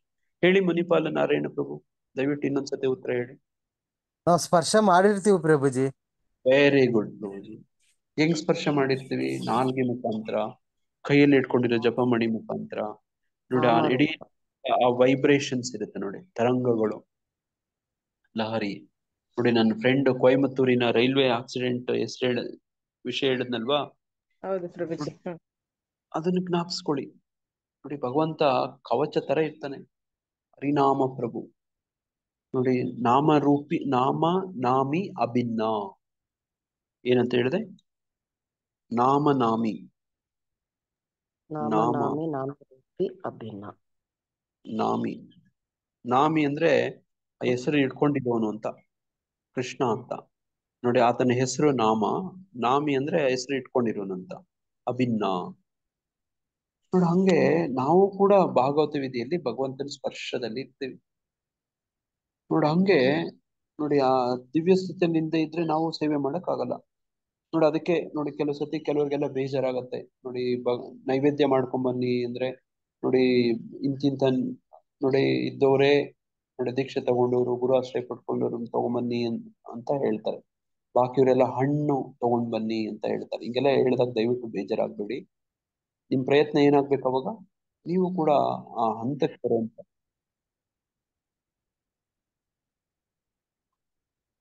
ನೋಡಿ, ಆ ಥರದ್ದೊಂದು ಪ್ರಯತ್ನ ಆಗ್ಬೇಕು. ನೋಡಿ, ಹಂಗೆ ರಾಜನ ವೈಯಕ್ತಿಕ ಸಹಾಯಕನಾಗಬೇಕಾದರೆ ಮನುಷ್ಯನ ಅಗತ್ಯವಾದ ಅರ್ಹತೆಗಳನ್ನ ಪಡಿಬೇಕು. ಅರ್ಹತೆ ಎಂದರೆ ಬ್ರಹ್ಮನಾಗುವುದು ಅಥವಾ ಎಲ್ಲ ಐಹಿಕ ಕಲ್ಮಶದ ಸೋಂಕಿನಿಂದ ಮುಕ್ತನಾಗುವುದು. ವೇದ ಸಾಹಿತ್ಯದಲ್ಲಿ ಬ್ರಹ್ಮೈವ ಸನ್ ಬ್ರಹ್ಮಾಪಿ ಏತಿ ಎಂದು ಹೇಳಿದೆ. ಬ್ರಹ್ಮನಾಗುವುದರ ಮೂಲಕ ಮನುಷ್ಯನು ಪರಮ ಬ್ರಹ್ಮನನ್ನು ಪಡೆಯಬಹುದು. ಹೀಗೆಂದರೆ ಮನುಷ್ಯನು ಗುಣಾತ್ಮಕವಾಗಿ ಬ್ರಹ್ಮನೊಂದಿಗೆ ಒಂದಾಗಬೇಕು ಎಂದು ಅರ್ಥ. ನೋಡಿ, ಗುಣಾತ್ಮಕವಾಗಿ ಅಂತ ಹೇಳ್ತಿದ್ದಾರೆ. ನೋಡಿ, ಅದಕ್ಕೆ ಬ್ರಾಹ್ಮಣ ದೀಕ್ಷೆ ಅಂತಂದ್ರೆ ಹಂಗೆ. ಬ್ರಾಹ್ಮಣ ದೀಕ್ಷೆ ತಗೊಂಡ್ರೇನೆ ನಮ್ ದೇವಸ್ಥಾನದಲ್ಲಿ ಹೋಗಿ ರಾಜಭೋಗ ನೋಡಿ ತಯಾರಿ ಮಾಡಕ್ಕೆ ಅರ್ಹರು, ಶ್ರೀ ವಿಗ್ರಹ ಆರಾಧನೆ ಮಾಡಕ್ಕೆ ಅರ್ಹರು. ನೋಡಿ, ಇದು ವೈದಿಕ ವಿಧಿ. ನೋಡಿ, ಭಾಗವತ ವಿಧಿಯಲ್ಲೂ ಕೂಡ ನಾವು ನೋಡಿ ಈ ರೀತಿ ಹರಿನಾಮ ಜಪ ಮಾಡುವಂಥದ್ದು. ನೋಡಿ, ಹಂಗೆ ಬ್ರಹ್ಮನಾಗುವುದರ ಮೂಲಕ ಮನುಷ್ಯನು ಪರಬ್ರಹ್ಮನನ್ನ ಪಡೆಯಬಹುದು. ಇದನ್ನ ಓದ್ಕೊಳ್ಳಿ, ಚೆನ್ನಾಗಿ ಓದ್ಕೊಳ್ಳಿ, ಇದ್ರ ಮೇಲೆ ಚಿಂತನೆ ಮಾಡಿ, ಧ್ಯಾನ ಮಾಡಿ. ಬ್ರಹ್ಮನಾಗುವುದರ ಮೂಲಕ ಮನುಷ್ಯನು ಪರಬ್ರಹ್ಮನನ್ನು ಪಡೆಯಬಹುದು. ಪ್ರಾಣಿಗಳ ತರ ಯೋಚನೆ ಮಾಡ್ಕೊಂಡು ಪರಬ್ರಹ್ಮನನ್ನ ಪಡೆಯಕ್ಕಾಗತ್ತಾ? ಆಗೋದಿಲ್ಲ, ಆಗಲ್ಲ. ಅಸುರ ರಾಕ್ಷಸ ನೋಡಿ ನೀಚ ಗುಣ ಇಟ್ಕೊಂಡು, ತುಚ್ಛ ಗುಣ ಇಟ್ಕೊಂಡು ಪರಬ್ರಹ್ಮನನ್ ಜೊತೆ ಒಂದಾಗೋದು, ಪರಬ್ರಹ್ಮ ನಮ್ಮ ಸೇವೆಗಳಾದ್ರೂ ಸ್ವೀಕರಿಸ್ತಾನ? ನೋಡಿ, ಹಂಗೆ ನೋಡಿ, ಹಂಗೆ ಪ್ರೀತಿ ಪಾತ್ರರಿಂದನೇ ಸೇವೆಗಳನ್ನು ಸ್ವೀಕರಿಸಬೇಕು. ಹೀಗೆಂದರೆ ಮನುಷ್ಯನು ಗುಣಾತ್ಮಕವಾಗಿ ಬ್ರಹ್ಮನೊಂದಿಗೆ ಒಂದಾಗಬೇಕು ಎಂದು ಅರ್ಥ. ಬ್ರಹ್ಮನನ್ನು ಸಾಧಿಸಿದ ಮನುಷ್ಯನು ಪ್ರತ್ಯೇಕ ಆತ್ಮವಾಗಿ ನಿತ್ಯ ಬ್ರಹ್ಮನ್ ತನ್ನ ಗುರುತನ್ನು ಪಡೆದುಕೊಳ್ಳುವುದಿಲ್ಲ. ಹರೇ ಕೃಷ್ಣ. ಹಂಗೆ ಬ್ರಹ್ಮ ತನ್ನ ಗುರುತನ್ನ ಕಳೆದುಕೊಳ್ಳೋದಿಲ್ಲ. ಹರೇ ಕೃಷ್ಣ. ಯಾರಿಗಾದ್ರೂ ಏನಾದ್ರು ಪ್ರಶ್ನೆ ಇದೆಯಾ? ಏನಾದ್ರು ಹೇಳಕ್ ಬಯಸ್ತಿದ್ದೀರಾ? ಹರೇ ಕೃಷ್ಣ ಪ್ರಭು, ಬೇರೆ ಡೌಟ್ ಇದೆ, ಕೇಳ್ಬೋದಾ? ಹೇಳಿ ಮಾತಾಜಿ. ನಾನು ಅವರು ಸುಂದರ್ ನಿತ್ಯಾನಂದ ಪ್ರಭುದು ಭಾಗವತಂ ಕೇಳ್ತಾ ಇದ್ದೆ ಪ್ರಭು. ಅದು ಮೊದಲನೇ ಸ್ಕಂದ 3ನೇ ಅಧ್ಯಾಯದಲ್ಲಿ ಅಲ್ಲಿ ಕೃಷ್ಣನ ಬಗ್ಗೆ ಚರ್ಚೆ ಬರುತ್ತೆ, ಜನ್ಮ ಕರ್ಮ ಚಮೇ ದಿವ್ಯಂ ಅಂತ. ಅದಾದ್ಮೇಲೆ ಅವ್ರು ಹೇಳ್ತಾರೆ ಅಲ್ಲಿ ಆಕ್ಚುಲಿ 2 ಕೃಷ್ಣ ಇದ್ದ ಅಂತ. ನಾನು ಇದು ಬೇರೆ ಕ್ಲಾಸಲ್ಲೂ ಕೇಳಿದ್ದೀನಿ. ಬಟ್ ಅಲ್ಲಿ ಅವ್ರಿಗೆ ವಸುದೇವನ್ಗೆ ಒಂದೇ ಕೃಷ್ಣ ಕಾಣಿಸೋದು, ಅವ್ರು ತಂದಿಟ್ಟಾಗ ಅದ್ರೊಳಗಡೆ ಮರ್ಜ್ ಆಗ್ಬಿಡ್ತಾರೆ ಅಂತ. ಮತ್ತೆ ಯಶೋದಾಗೆ ಹುಟ್ಟಿರೋ ಕೃಷ್ಣನೇ ನಿಜವಾದ ಕೃಷ್ಣ ಅಂತ ಹೇಳ್ತಾರೆ. ಅದಕ್ಕೆ ಓಕೆ ಅಲ್ಲಿ ಒಬ್ರು ಪ್ರಶ್ನೆ ಮಾಡ್ತಾರೆ, ಮತ್ತೆ ವಸುದೇವರ್ಗೆ ಚತುರ್ಭುಜನಾಗಿ ಬಂದಿದ್ರಲ್ಲ ಅವ್ರನ್ನ ಹ್ಮ್ ಎಲ್ಲ ಶಕ್ತಿಗಳ ಮೂಲ ಅಂತ ತಿಳ್ಕೊಬೇಕಾ, ಅವ್ರನ್ನ ತಿಳ್ಕೊಬೇಕಾ ಅಂತ. ಅದಕ್ಕೆ ಅವ್ರು ಹೇಳ್ತಾರೆ, ಇದು ಕೆಲವು ತುಂಬಾ ಭಕ್ತರಾದಲ್ಲಿ ತುಂಬಾ ಕಾನ್ಫಿಡೆನ್ಷಿಯಲ್ ವಿಷಯ ಆದ್ರಿಂದ ಎಲ್ಲರೂ ಇದನ್ನ ಪಬ್ಲಿಕ್ ಮಾಡೋದಿಲ್ಲ ಅಂತ ಹೇಳ್ತಾರೆ. ಬಟ್ ಅವ್ರು ಹೌದು ಕೇಳಿರೋ ವಿಷಯಕ್ಕೆ ನನ್ಗೆ ಆನ್ಸರ್ ಸಿಗ್ಲಿಲ್ಲ, ನನ್ಗೂ ಅದೇ ಡೌಟ್ ಬಂತು, ಅದಕ್ಕೆ ಹಾ ನಿಮ್ಮನ್ನ ಕೇಳ್ತಾ ಇದ್ದೀನಿ. Okay okay Mataji. ಇದು ಗೌಡಿಯ ಪರಂಪರೆ ವಿಶೇಷ ಮಾತಾಜಿ. ಗೌಡಿಯ ಪರಂಪರೆಯಲ್ಲೇ ಈ ತರ ಈ ತತ್ವ ಅದು ಇರೋದು. ನಾನು ಬೇರೆ ಕ್ಲಾಸ್ ಅಲ್ಲೂ ಕೇಳಿದೀನಿ, ಗರ್ಗ ಸಂಹಿತೆಯಲ್ಲಿ ಬಂದಿದೆ ಅದು ಅಂತ. ಅಲ್ಲ, ಅವ್ರು ಕೇಳಿದ ಕ್ವಶನ್ ವಸುದೇವ ಕೃಷ್ಣನೇ ಇವಾಗಿದ ಯಶೋಧ ಕೃಷ್ಣನೇ ಮೂಲನ ಅಂತ ಅವ್ರು ಕೇಳಿದ್ರು ಒಬ್ರು ಮಧ್ಯದಲ್ಲಿ ಡೌಟ್. ಆ, ಒಂದೇ ಸಮಯದಲ್ಲೇ ಇಬ್ರಿಗೂ ಕೃಷ್ಣ ಜನ್ಮ ನೋಡಿ ಪಡಿತಾನೆ ಕೃಷ್ಣ. ಆದ್ರೆ ನಮ್ಮ ಗೌಡಿಯ ಪರಂಪರೆಯವರು ಯಾವಕ್ಕೆ ಪ್ರಾಧಾನ್ಯತೆ ಕೊಡ್ತಾರೆ, ಹೆಚ್ಚು ವಿಶೇಷ ಅಂತಂದ್ರೆ ನೋಡಿ ಯಶೋಧ ಅಲ್ಲೂ ಅಂತ ಯಶೋಧ ಹೇಳಿದ್ರು. ಬ್ರಜೇಂದ್ರ ನಂದನ ಕೃಷ್ಣನಿಗೆ ಹ್ಮ್. ನಾವು ಪ್ರಾಮುಖ್ಯತೆ ಕೊಡ್ತೀವಿ. ನಾವು ಹ್ಮ್. ಕೊಡ್ತೀವಿ, ಎರಡು ಮುಖ್ಯನೇ. ಶಾಸ್ತ್ರ ವೈದಿಕ ಪರಂಪರೆಯಲ್ಲಿ ಎರಡೂನು. ಆದ್ರೆ ನಮ್ದೊಂದು ದೃಷ್ಟಿಕೋನ ಅಂತ ಇರುತ್ತೆ ನೋಡಿ, ನಮ್ದೊಂದು ಗುರು ಪರಂಪರೆ, ನಮ್ದೊಂದು ಹೌದು. ತತ್ವ ಅನ್ನೋದಿರುತ್ತಲ್ಲ, ಅದಕ್ಕೆ ನಾವು ಪ್ರಾಮುಖ್ಯತೆ ಕೊಡೋದು ಈ ಕಡೆ. ಉದಾಹರಣೆ ನೋಡಿ, ಕೃಷ್ಣನಿಗೆ ಆ ರಾಧಾರಾಣಿಯವರ ಗುಂಪು ಗೋಪಿಯರಲ್ಲಿ, ಇನ್ನೊಂದು ಆ ಏನದು ಚಂದ್ರಾವಳಿ ಪ್ರಭುಜಿ. ಅವಳೆ ಚಂದ್ರಾವಳಿ ಗುಂಪು. ಅಂತ ಇನ್ನೊಂದು ಗುಂಪಿದೆ, ಎರಡು ಗುಂಪಿದೆ. ನಮ್ಮ ಗೌಡಿಯ ಪರಂಪರೆಯವರು ನಾವು ರಾಧಾರಾಣಿಯವರ ಗುಂಪು. ಅಂದ್ರೆ ನೋಡಿ, ಚಂದ್ರಾವಳಿ ಗುಂಪು ನೋಡಿ, ಅದು ಇನ್ನೊಂದು ಆ ಗುಂಪು ನೋಡಿ. ಈ ತರ ನೋಡಿ, ಚಂದ್ರಾವಳಿ ಗುಂಪವರು ಕೂಡ ಕೃಷ್ಣನನ್ನ ತುಂಬಾ ಚೆನ್ನಾಗಿ ನೋಡಿ, ಬಹಳ ಭಕ್ತಿಯಿಂದ ಪ್ರೀತಿಯಿಂದ ನೋಡಿ ಅವರು ಕೂಡ ನೋಡ್ಕೊಳ್ತಾರೆ. ಆದ್ರೆ ನಾವು ಅದ್ರ ಕಡೆ ನಾವು ಹೆಚ್ಚು ಮಹತ್ವ ಕೊಡೋದಿಲ್ಲ. ದೃಷ್ಟಿಕೋನ ಅಷ್ಟೇ ಮಾತಾಜಿ. ಯಾವ ದೃಷ್ಟಿಕೋನದಿಂದ ನೀವು ಅದನ್ನ ನೋಡ್ತೀರಿ, ಅರ್ಥೈಸ್ಕೋತೀರಿ ನೀವು ನೋಡಿ, ಹಂಗೆ ಆ ತರ ಆಗತ್ತೆ. ದೃಷ್ಟಿಕೋನ ಮಾತಾಜಿ ಅಷ್ಟೇನೆ. ಇದು ನೀವು ಹಂಗೆ ನೋಡಿ, ಕೃಷ್ಣ ವಸುದೇವ ಕೃಷ್ಣ ಹೇಳಿದ್ರು, ಅಕ್ರೂರ ಬಂದು ಕರೆದಾಗ ಮತ್ತೆ ಹಾ ಅವ್ರು ಸ್ಪ್ಲಿಟ್ ಆಗಿ ಯಶೋಧಾನಂದನ ಅಲ್ಲೇ ಇರ್ತಾರೆ, ಈ ಹಾ ವಸುದೇವನ್ ಮಗ ಮಾತ್ರನೇ ಅವರು ಮಥುರೆಗೆ ಹೋಗೋದು ಅಂತ ಹೇಳ್ತಾರೆ. ಹಾ ನೋಡಿ, ಇದು ಕೃಷ್ಣನಿಗೆ ಸಾಧ್ಯ. ಇದು ಅಚಿಂತ್ಯ ಭೇದ ನೋಡಿ. ಅಲ್ಲಿ ಭೇದನೂ ಇದೆ, ಅಭೇದನೂ ಇದೆ ನೋಡಿ. ಒಂದು ಹೆಜ್ಜೆನೂ ಕೂಡ ಕೃಷ್ಣ ನೋಡಿ ಈ ಬ್ರಜ ಮಂಡಲದಿಂದ ಕಾಲಿಟ್ಟು ಆಚೆ ಹೋಗಲ್ಲ ಅಂತ ಹೋಗಲ್ಲ ಅಂತ ಹೇಳ್ತಾರೆ ನೋಡಿ. ಆ ತರದ್ದೆಲ್ಲ ಇದು ವಾಸ್ತವವಾಗಿ ಹೇಳ್ಬೇಕಂದ್ರೆ ಇದು ನಿತ್ಯ ಲೀಲೆ. ಕೃಷ್ಣ ಜನ್ಮ ಕರ್ಮಚಮೇ ದಿವ್ಯಂ ಅಂತ ಭಗವದ್ಗೀತೆಯಲ್ಲಿ ಅದಕ್ಕೆ ಹೇಳೋದು. ಜನ್ಮ ಕರ್ಮಚಮೇ ದಿವ್ಯಂ ಯೇ ಮಾಂ ಯೋ ವೇತಿ ತತ್ವತಃ ತ್ಯಕ್ತ್ವಾ ದೇಹಂ ಪುನರ್ಜನ್ಮ ನೈತಿ ಮಾಮೇತಿ ಸೋರ್ಜುನ. ಈ ಶ್ಲೋಕದಲ್ಲಿ ಆ ಅರ್ಥವನ್ನ ಕಂಡ್ಕೋಬಹುದು. ಕೃಷ್ಣನ ನೋಡಿ, ಆತನ ಜನ್ಮ ನಮ್ಗೆ ದಿವ್ಯವಾದದ್ದು ಅಂತ ಅರ್ಥ ಮಾಡ್ಬೋದು. ಅವಾಗ ಏನಾಗತ್ತೆ ನೋಡಿ, ಕೃಷ್ಣನಿಗೆ ಇದೆಲ್ಲ ಸಾಧ್ಯ ನೋಡಿ. ಕೃಷ್ಣನಿಗೆ ಇನ್ನೊಂದು ಹೆಸರು ಜನ್ಮನೇ ಇಲ್ದೇ ಇರೋನು ಅಂತ. ಈಗ ಹೆಂಗ್ ಅರ್ಥ ಮಾಡ್ಕೊಳ್ಳೋದು? ಅಯ್ಯೋಯ್ಯೋ ನೋಡಿ, ಕೃಷ್ಣ ನೋಡಿ ಈಗ ತಂದೆ ತಾಯಿನೇ ಇಲ್ಲ ಅಂತ ವೇದಗಳಲ್ಲಿ ಓದಿದ್ರೆ ಅಲ್ಲೇ ಹೇಳ್ತಾರೆ. ಅವನಿಗೆ ಹುಟ್ಟೇ ಇಲ್ಲ, ಜನ್ಮನೇ ಇಲ್ಲ ಅಂತ ಇನ್ನೊಂದು ನೋಡಿ ಎಲ್ಲ ಹೇಳ್ಬಿಡ್ತಾರೆ ನೋಡಿ. ಇಲ್ಲಿ ನೋಡಿದ್ರೆ ವಸುದೇವ ಮಗ ಕೃಷ್ಣ, ನಂದನಂದನ, ಬ್ರಜೇಂದ್ರ ನಂದನ, ಯಶೋಧನಂದನ ಅಂತ ಇಲ್ಲಿ ಹೇಳ್ತಾರೆ. ಹಿಂಗ್ ಅರ್ಥ ಮಾಡ್ಕೊಳ್ಳೋದು ನೋಡಿ. ಭಗವದ್ಗೀತೆಯಲ್ಲಿ ಕೃಷ್ಣ ಹೇಳ್ತಾನೆ ಅಜಂ ವಿಭುಂ ಅಂತ ಹೇಳ್ತಾನೆ. ನಿಮ್ಗೆ ಗೊತ್ತಿದೆ ಅಲ್ವಾ ಶ್ಲೋಕ? ಹೌದು. ಅಜಂ ವಿಭುಂ. ಅಜಂ ಅಂದ್ಬಿಟ್ರೆ ಇವಾಗೆಲ್ಲ ಉಲ್ಟಾ ಪಲ್ಟಾ ಆಗ್ಬಿಡ್ತಾರೆ. ಜನ್ಮ ರೈಟ್ ಇಲ್ಲ ಅಂದ್ರೆ ಎಲ್ಲ ಉಲ್ಟಾ. ಚಿಂತನೆಗೂ ನಿಲ್ಕುವವನು ಮತ್ತೆ ಚಿಂತನೆಗೆ ನಿಲ್ಕೋದವನು ಅಂತ ಎರಡು ಅರ್ಥ ಮಾಡ್ಕೋಬೇಕು. ಹೌದು. ಅಜನ್ ನೋಡಿ, ಆತ ಅಜಂ ವಿಭುಂ ನೋಡಿ. ಆತನಿಗೆ ಇದೆಲ್ಲ ಇದೇನಂದ್ರೆ ಜನ್ಮ ಕರ್ಮಚಮೇ ದಿವ್ಯಂ ಅಂತ ಅರ್ಥ ಮಾಡ್ಕೋಬೇಕು ಅಷ್ಟೇ. ಇದು ಏನಂದ್ರೆ ಅರ್ಥ ಇಷ್ಟೇ. ನಮ್ಮ ಆಚಾರ್ಯರು, ನಮ್ಮ ಪೂರ್ವಾಚಾರ್ಯರು ಇದಾರಲ್ಲ, ಅವ್ರಿಗೆ ಒಂದು ಸ್ಪೆಷಲ್ ಆಗಿ ನೋಡಿ, ಅವ್ರಿಗೆ ಆ ಒಂದು ಭಾವ ಅಂತ ಇರುತ್ತೆ ನೋಡಿ.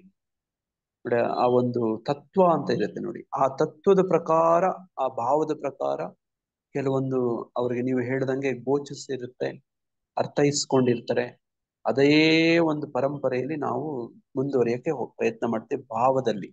ಈಗ ಹೇಳಿದ್ವಲ್ಲ ನೋಡಿ, ಚಂದ್ರಾವಳಿ ಭಾವ, ರಾಧಾರಾಣಿ ಭಾವ, ಅವರ ಸಂಗಡಿಗರು ಆ ಭಾವದಲ್ಲಿ, ಇವ್ರ ಸಂಗಡಿಗರು ಇನ್ನೊಂದು ಭಾವದಲ್ಲಿ ನೋಡಿ. ಹಂಗೆ ವಸುದೇವ ಕೃಷ್ಣ, ನಂದನಂದನ ಕೃಷ್ಣ ನೋಡಿ, ಈ ತರದ್ದು. ಇದು ಗೌಡಿಯ ಪರಂಪರೆ ಅನ್ನೋದು ಉತ್ತರ ಮತದಲ್ಲಿ. ಅರ್ಥ ಆಯ್ತು. ಗೌಡಿಯ ಪರಂಪರೆ ಇದು. ಆ ಒಂದು ದೃಷ್ಟಿಕೋನ, ನೋಡುವಂತ ಒಂದು ದೃಷ್ಟಿಕೋನದಲ್ಲಿ ಅವರಿಗೆ ಆ ಥರದ್ದನ್ನ ಪ್ರದಾನ ಮಾಡ್ಕೊಳ್ತಾರೆ. ವಾಸುದೇವ ಕೃಷ್ಣ ಪ್ರಧಾನ ಅಲ್ಲ ಅನ್ಬಿಡ್ತಾರೆ ಅವರು. ಇದೇ ಭೀಷ್ಮಾಚಾರ್ಯರು ಕೂಡ ನೋಡಿ, ಏನು ಅಂತಾರೆ, 12 ಜನ ಮಹಾಜನರಲ್ಲಿ ಅವರು ಒಬ್ರಲ್ವಾ. ನಿಮ್ಗೆ ಅವ್ರಿಗೆ ಏನು ಇಷ್ಟ, ಯಾವ ಕೃಷ್ಣ ಇಷ್ಟ ಅಂತಂದ್ರೆ ಪಾರ್ಥ ಸಾರಥಿ ಕೃಷ್ಣ ಇಷ್ಟ ಅವ್ರಿಗೆ. ಹೌದು ನೋಡಿ, ಅದೇ ಪ್ರಧಾನ ಅವ್ರಿಗೆ, ಅದೇ ಇಷ್ಟ, ಅದೇ ಮುಖ್ಯ. ಭಾವನೆ ಆ ರೀತಿ ಗೌಡಿಯ ಸಂಪ್ರದಾಯಕ್ಕೆ ಯಶೋಧನಂದನನೇ ಶ್ರೇಷ್ಠ ಅಂತ ಹೇಳ್ತಾರೆ. ಇದು ಹಿಂಗಪ್ಪ ಅಂದ್ರೆ ಗೌಡಿಯ ಸಂಪ್ರದಾಯದಲ್ಲಿ ಇದು ಅಷ್ಟೇ, ಹಂಗೆ ಉತ್ತರ.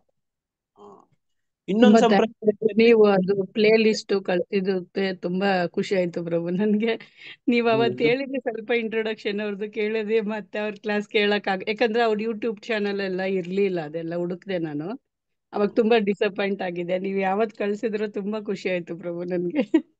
ಕೇಳ್ತಾ ಇದ್ದೀನಿ ದಿನ ಒಂದೊಂದು. ನೀವು ನಿಮ್ಮಂತ ಯಾರು ಅದ್ರ ಉಪಯೋಗ ಪಡ್ಕೋಬೇಕು ಅನ್ನೋರು ಇದ್ದೀರಾ, ಅವ್ರ ಉದ್ದೇಶಕ್ಕೆ ನಾನು ಅದನ್ನ ಕಳಿಸ್ಬೇಕಾದ್ರೆ ನಿಮ್ಮನ್ನ ಜ್ಞಾಪಿಸ್ಕೊಂಡೆ. ನಾನು ಮಾತಾಜಿಯವ್ರು ಈ ತರ ಕೇಳಿದ್ರು ಆಗಲ್ಲ ಅಂತ ಹೇಳಿ ಮಾಡಿ ಇಟ್ಕೊಂಡು ಡೈಲಿ ಒಂದೊಂದ್ ಕ್ಲಾಸ್ ಕೇಳ್ತಾ ಇದ್ದೀನಿ ಪ್ರಭು. ತುಂಬಾ ಸಂತೋಷ ಮಾತಾಜಿ. ಎಲ್ಲ ಭಕ್ತರು ಹಿಂಗೆ ಮಾಡಿ, ಎಲ್ಲ ಭಕ್ತರು ಜಗನ್ಮಾತೆ ಮಾತಾಜಿಯವ್ರ ತರನೇ ಒಂದೊಂದ್ ದಿನ ಒಂದೊಂದ್ ಲೆಕ್ಚರ್ ಕೇಳಿ ಒಳ್ಳೆ ಕ್ಲಾಸು, ತುಂಬಾ ವಿಷಯ ತಿಳ್ಕೊಳ್ತೀರಿ, ಒಳ್ಳೆ ಭಕ್ತರಾಗ್ತೀರಿ ನೋಡಿ. ಇದು ಅವಶ್ಯಕ. ಮುಂದೆ ಭಕ್ತಿ ವೈಭವ ಎಲ್ಲ ಮಾಡಕ್ ಆಗುತ್ತೋ ಇಲ್ಲೋ ಗೊತ್ತಿಲ್ಲ, ಕೊನೆ ಪಕ್ಷ ಕ್ಲಾಸ್ ಆದ್ರೂ ಕೇಳಿ ವಿಷಯ ತಿಳ್ಕೊಳ್ಳೋಣ. ಅದೇ ಭಾವದಲ್ಲಿ ಪ್ರಭು ಆ ಭಕ್ತಿ ವೈಭವರ್ಗು ನಾವು ಹೋಗ್ತೀವೋ ಇಲ್ವೋ, ಇವರು ಅವತ್ತು ಕೇಳಿದಕ್ಕೆ ಇಲ್ಲ ಅವ್ರು ರಿಜಿಸ್ಟರ್ ಮಾತ್ರ ಆಗಿರೋರ್ಗೆ ಕೊಡೋದು, ಅದೆಲ್ಲ ಅವತ್ತು ತುಂಬಾನೇ ನನ್ಗೆ ಬೇಜಾರಾಯ್ತು. ನಾವ್ ಯಾವಾಗ ಮಾಡ್ತೀವೋ, ಯಾವಾಗ ಕರೆಕ್ಟ್ ಆಗಿ ಅರ್ಥ ಮಾಡ್ಕೊಂತೀವೋ ಭಾಗವತನ ಅಂತ. ಅರ್ಥ ಅಂದ್ರೆ ಓದ್ತಾ ಓದ್ತಾ ಇಲ್ಲ ಅಂತಲ್ಲ, ಆದ್ರೂ ಈ ತರ ಒಳ್ಳೆ ಭಕ್ತರಿಂದ ಇನ್ನೂ ಡೀಟೇಲ್ ಆಗಿ ನಾವು ತಿಳ್ಕೊಬಹುದು ಅನ್ನೋ ಆಸೆ ಇತ್ತು ಪ್ರಭು. ಅದನ್ನ ನೀವು ನೆರವೇರಿಸಿದ್ರಿ ಪ್ರಭು. ಥ್ಯಾಂಕ್ಸ್ ಪ್ರಭು.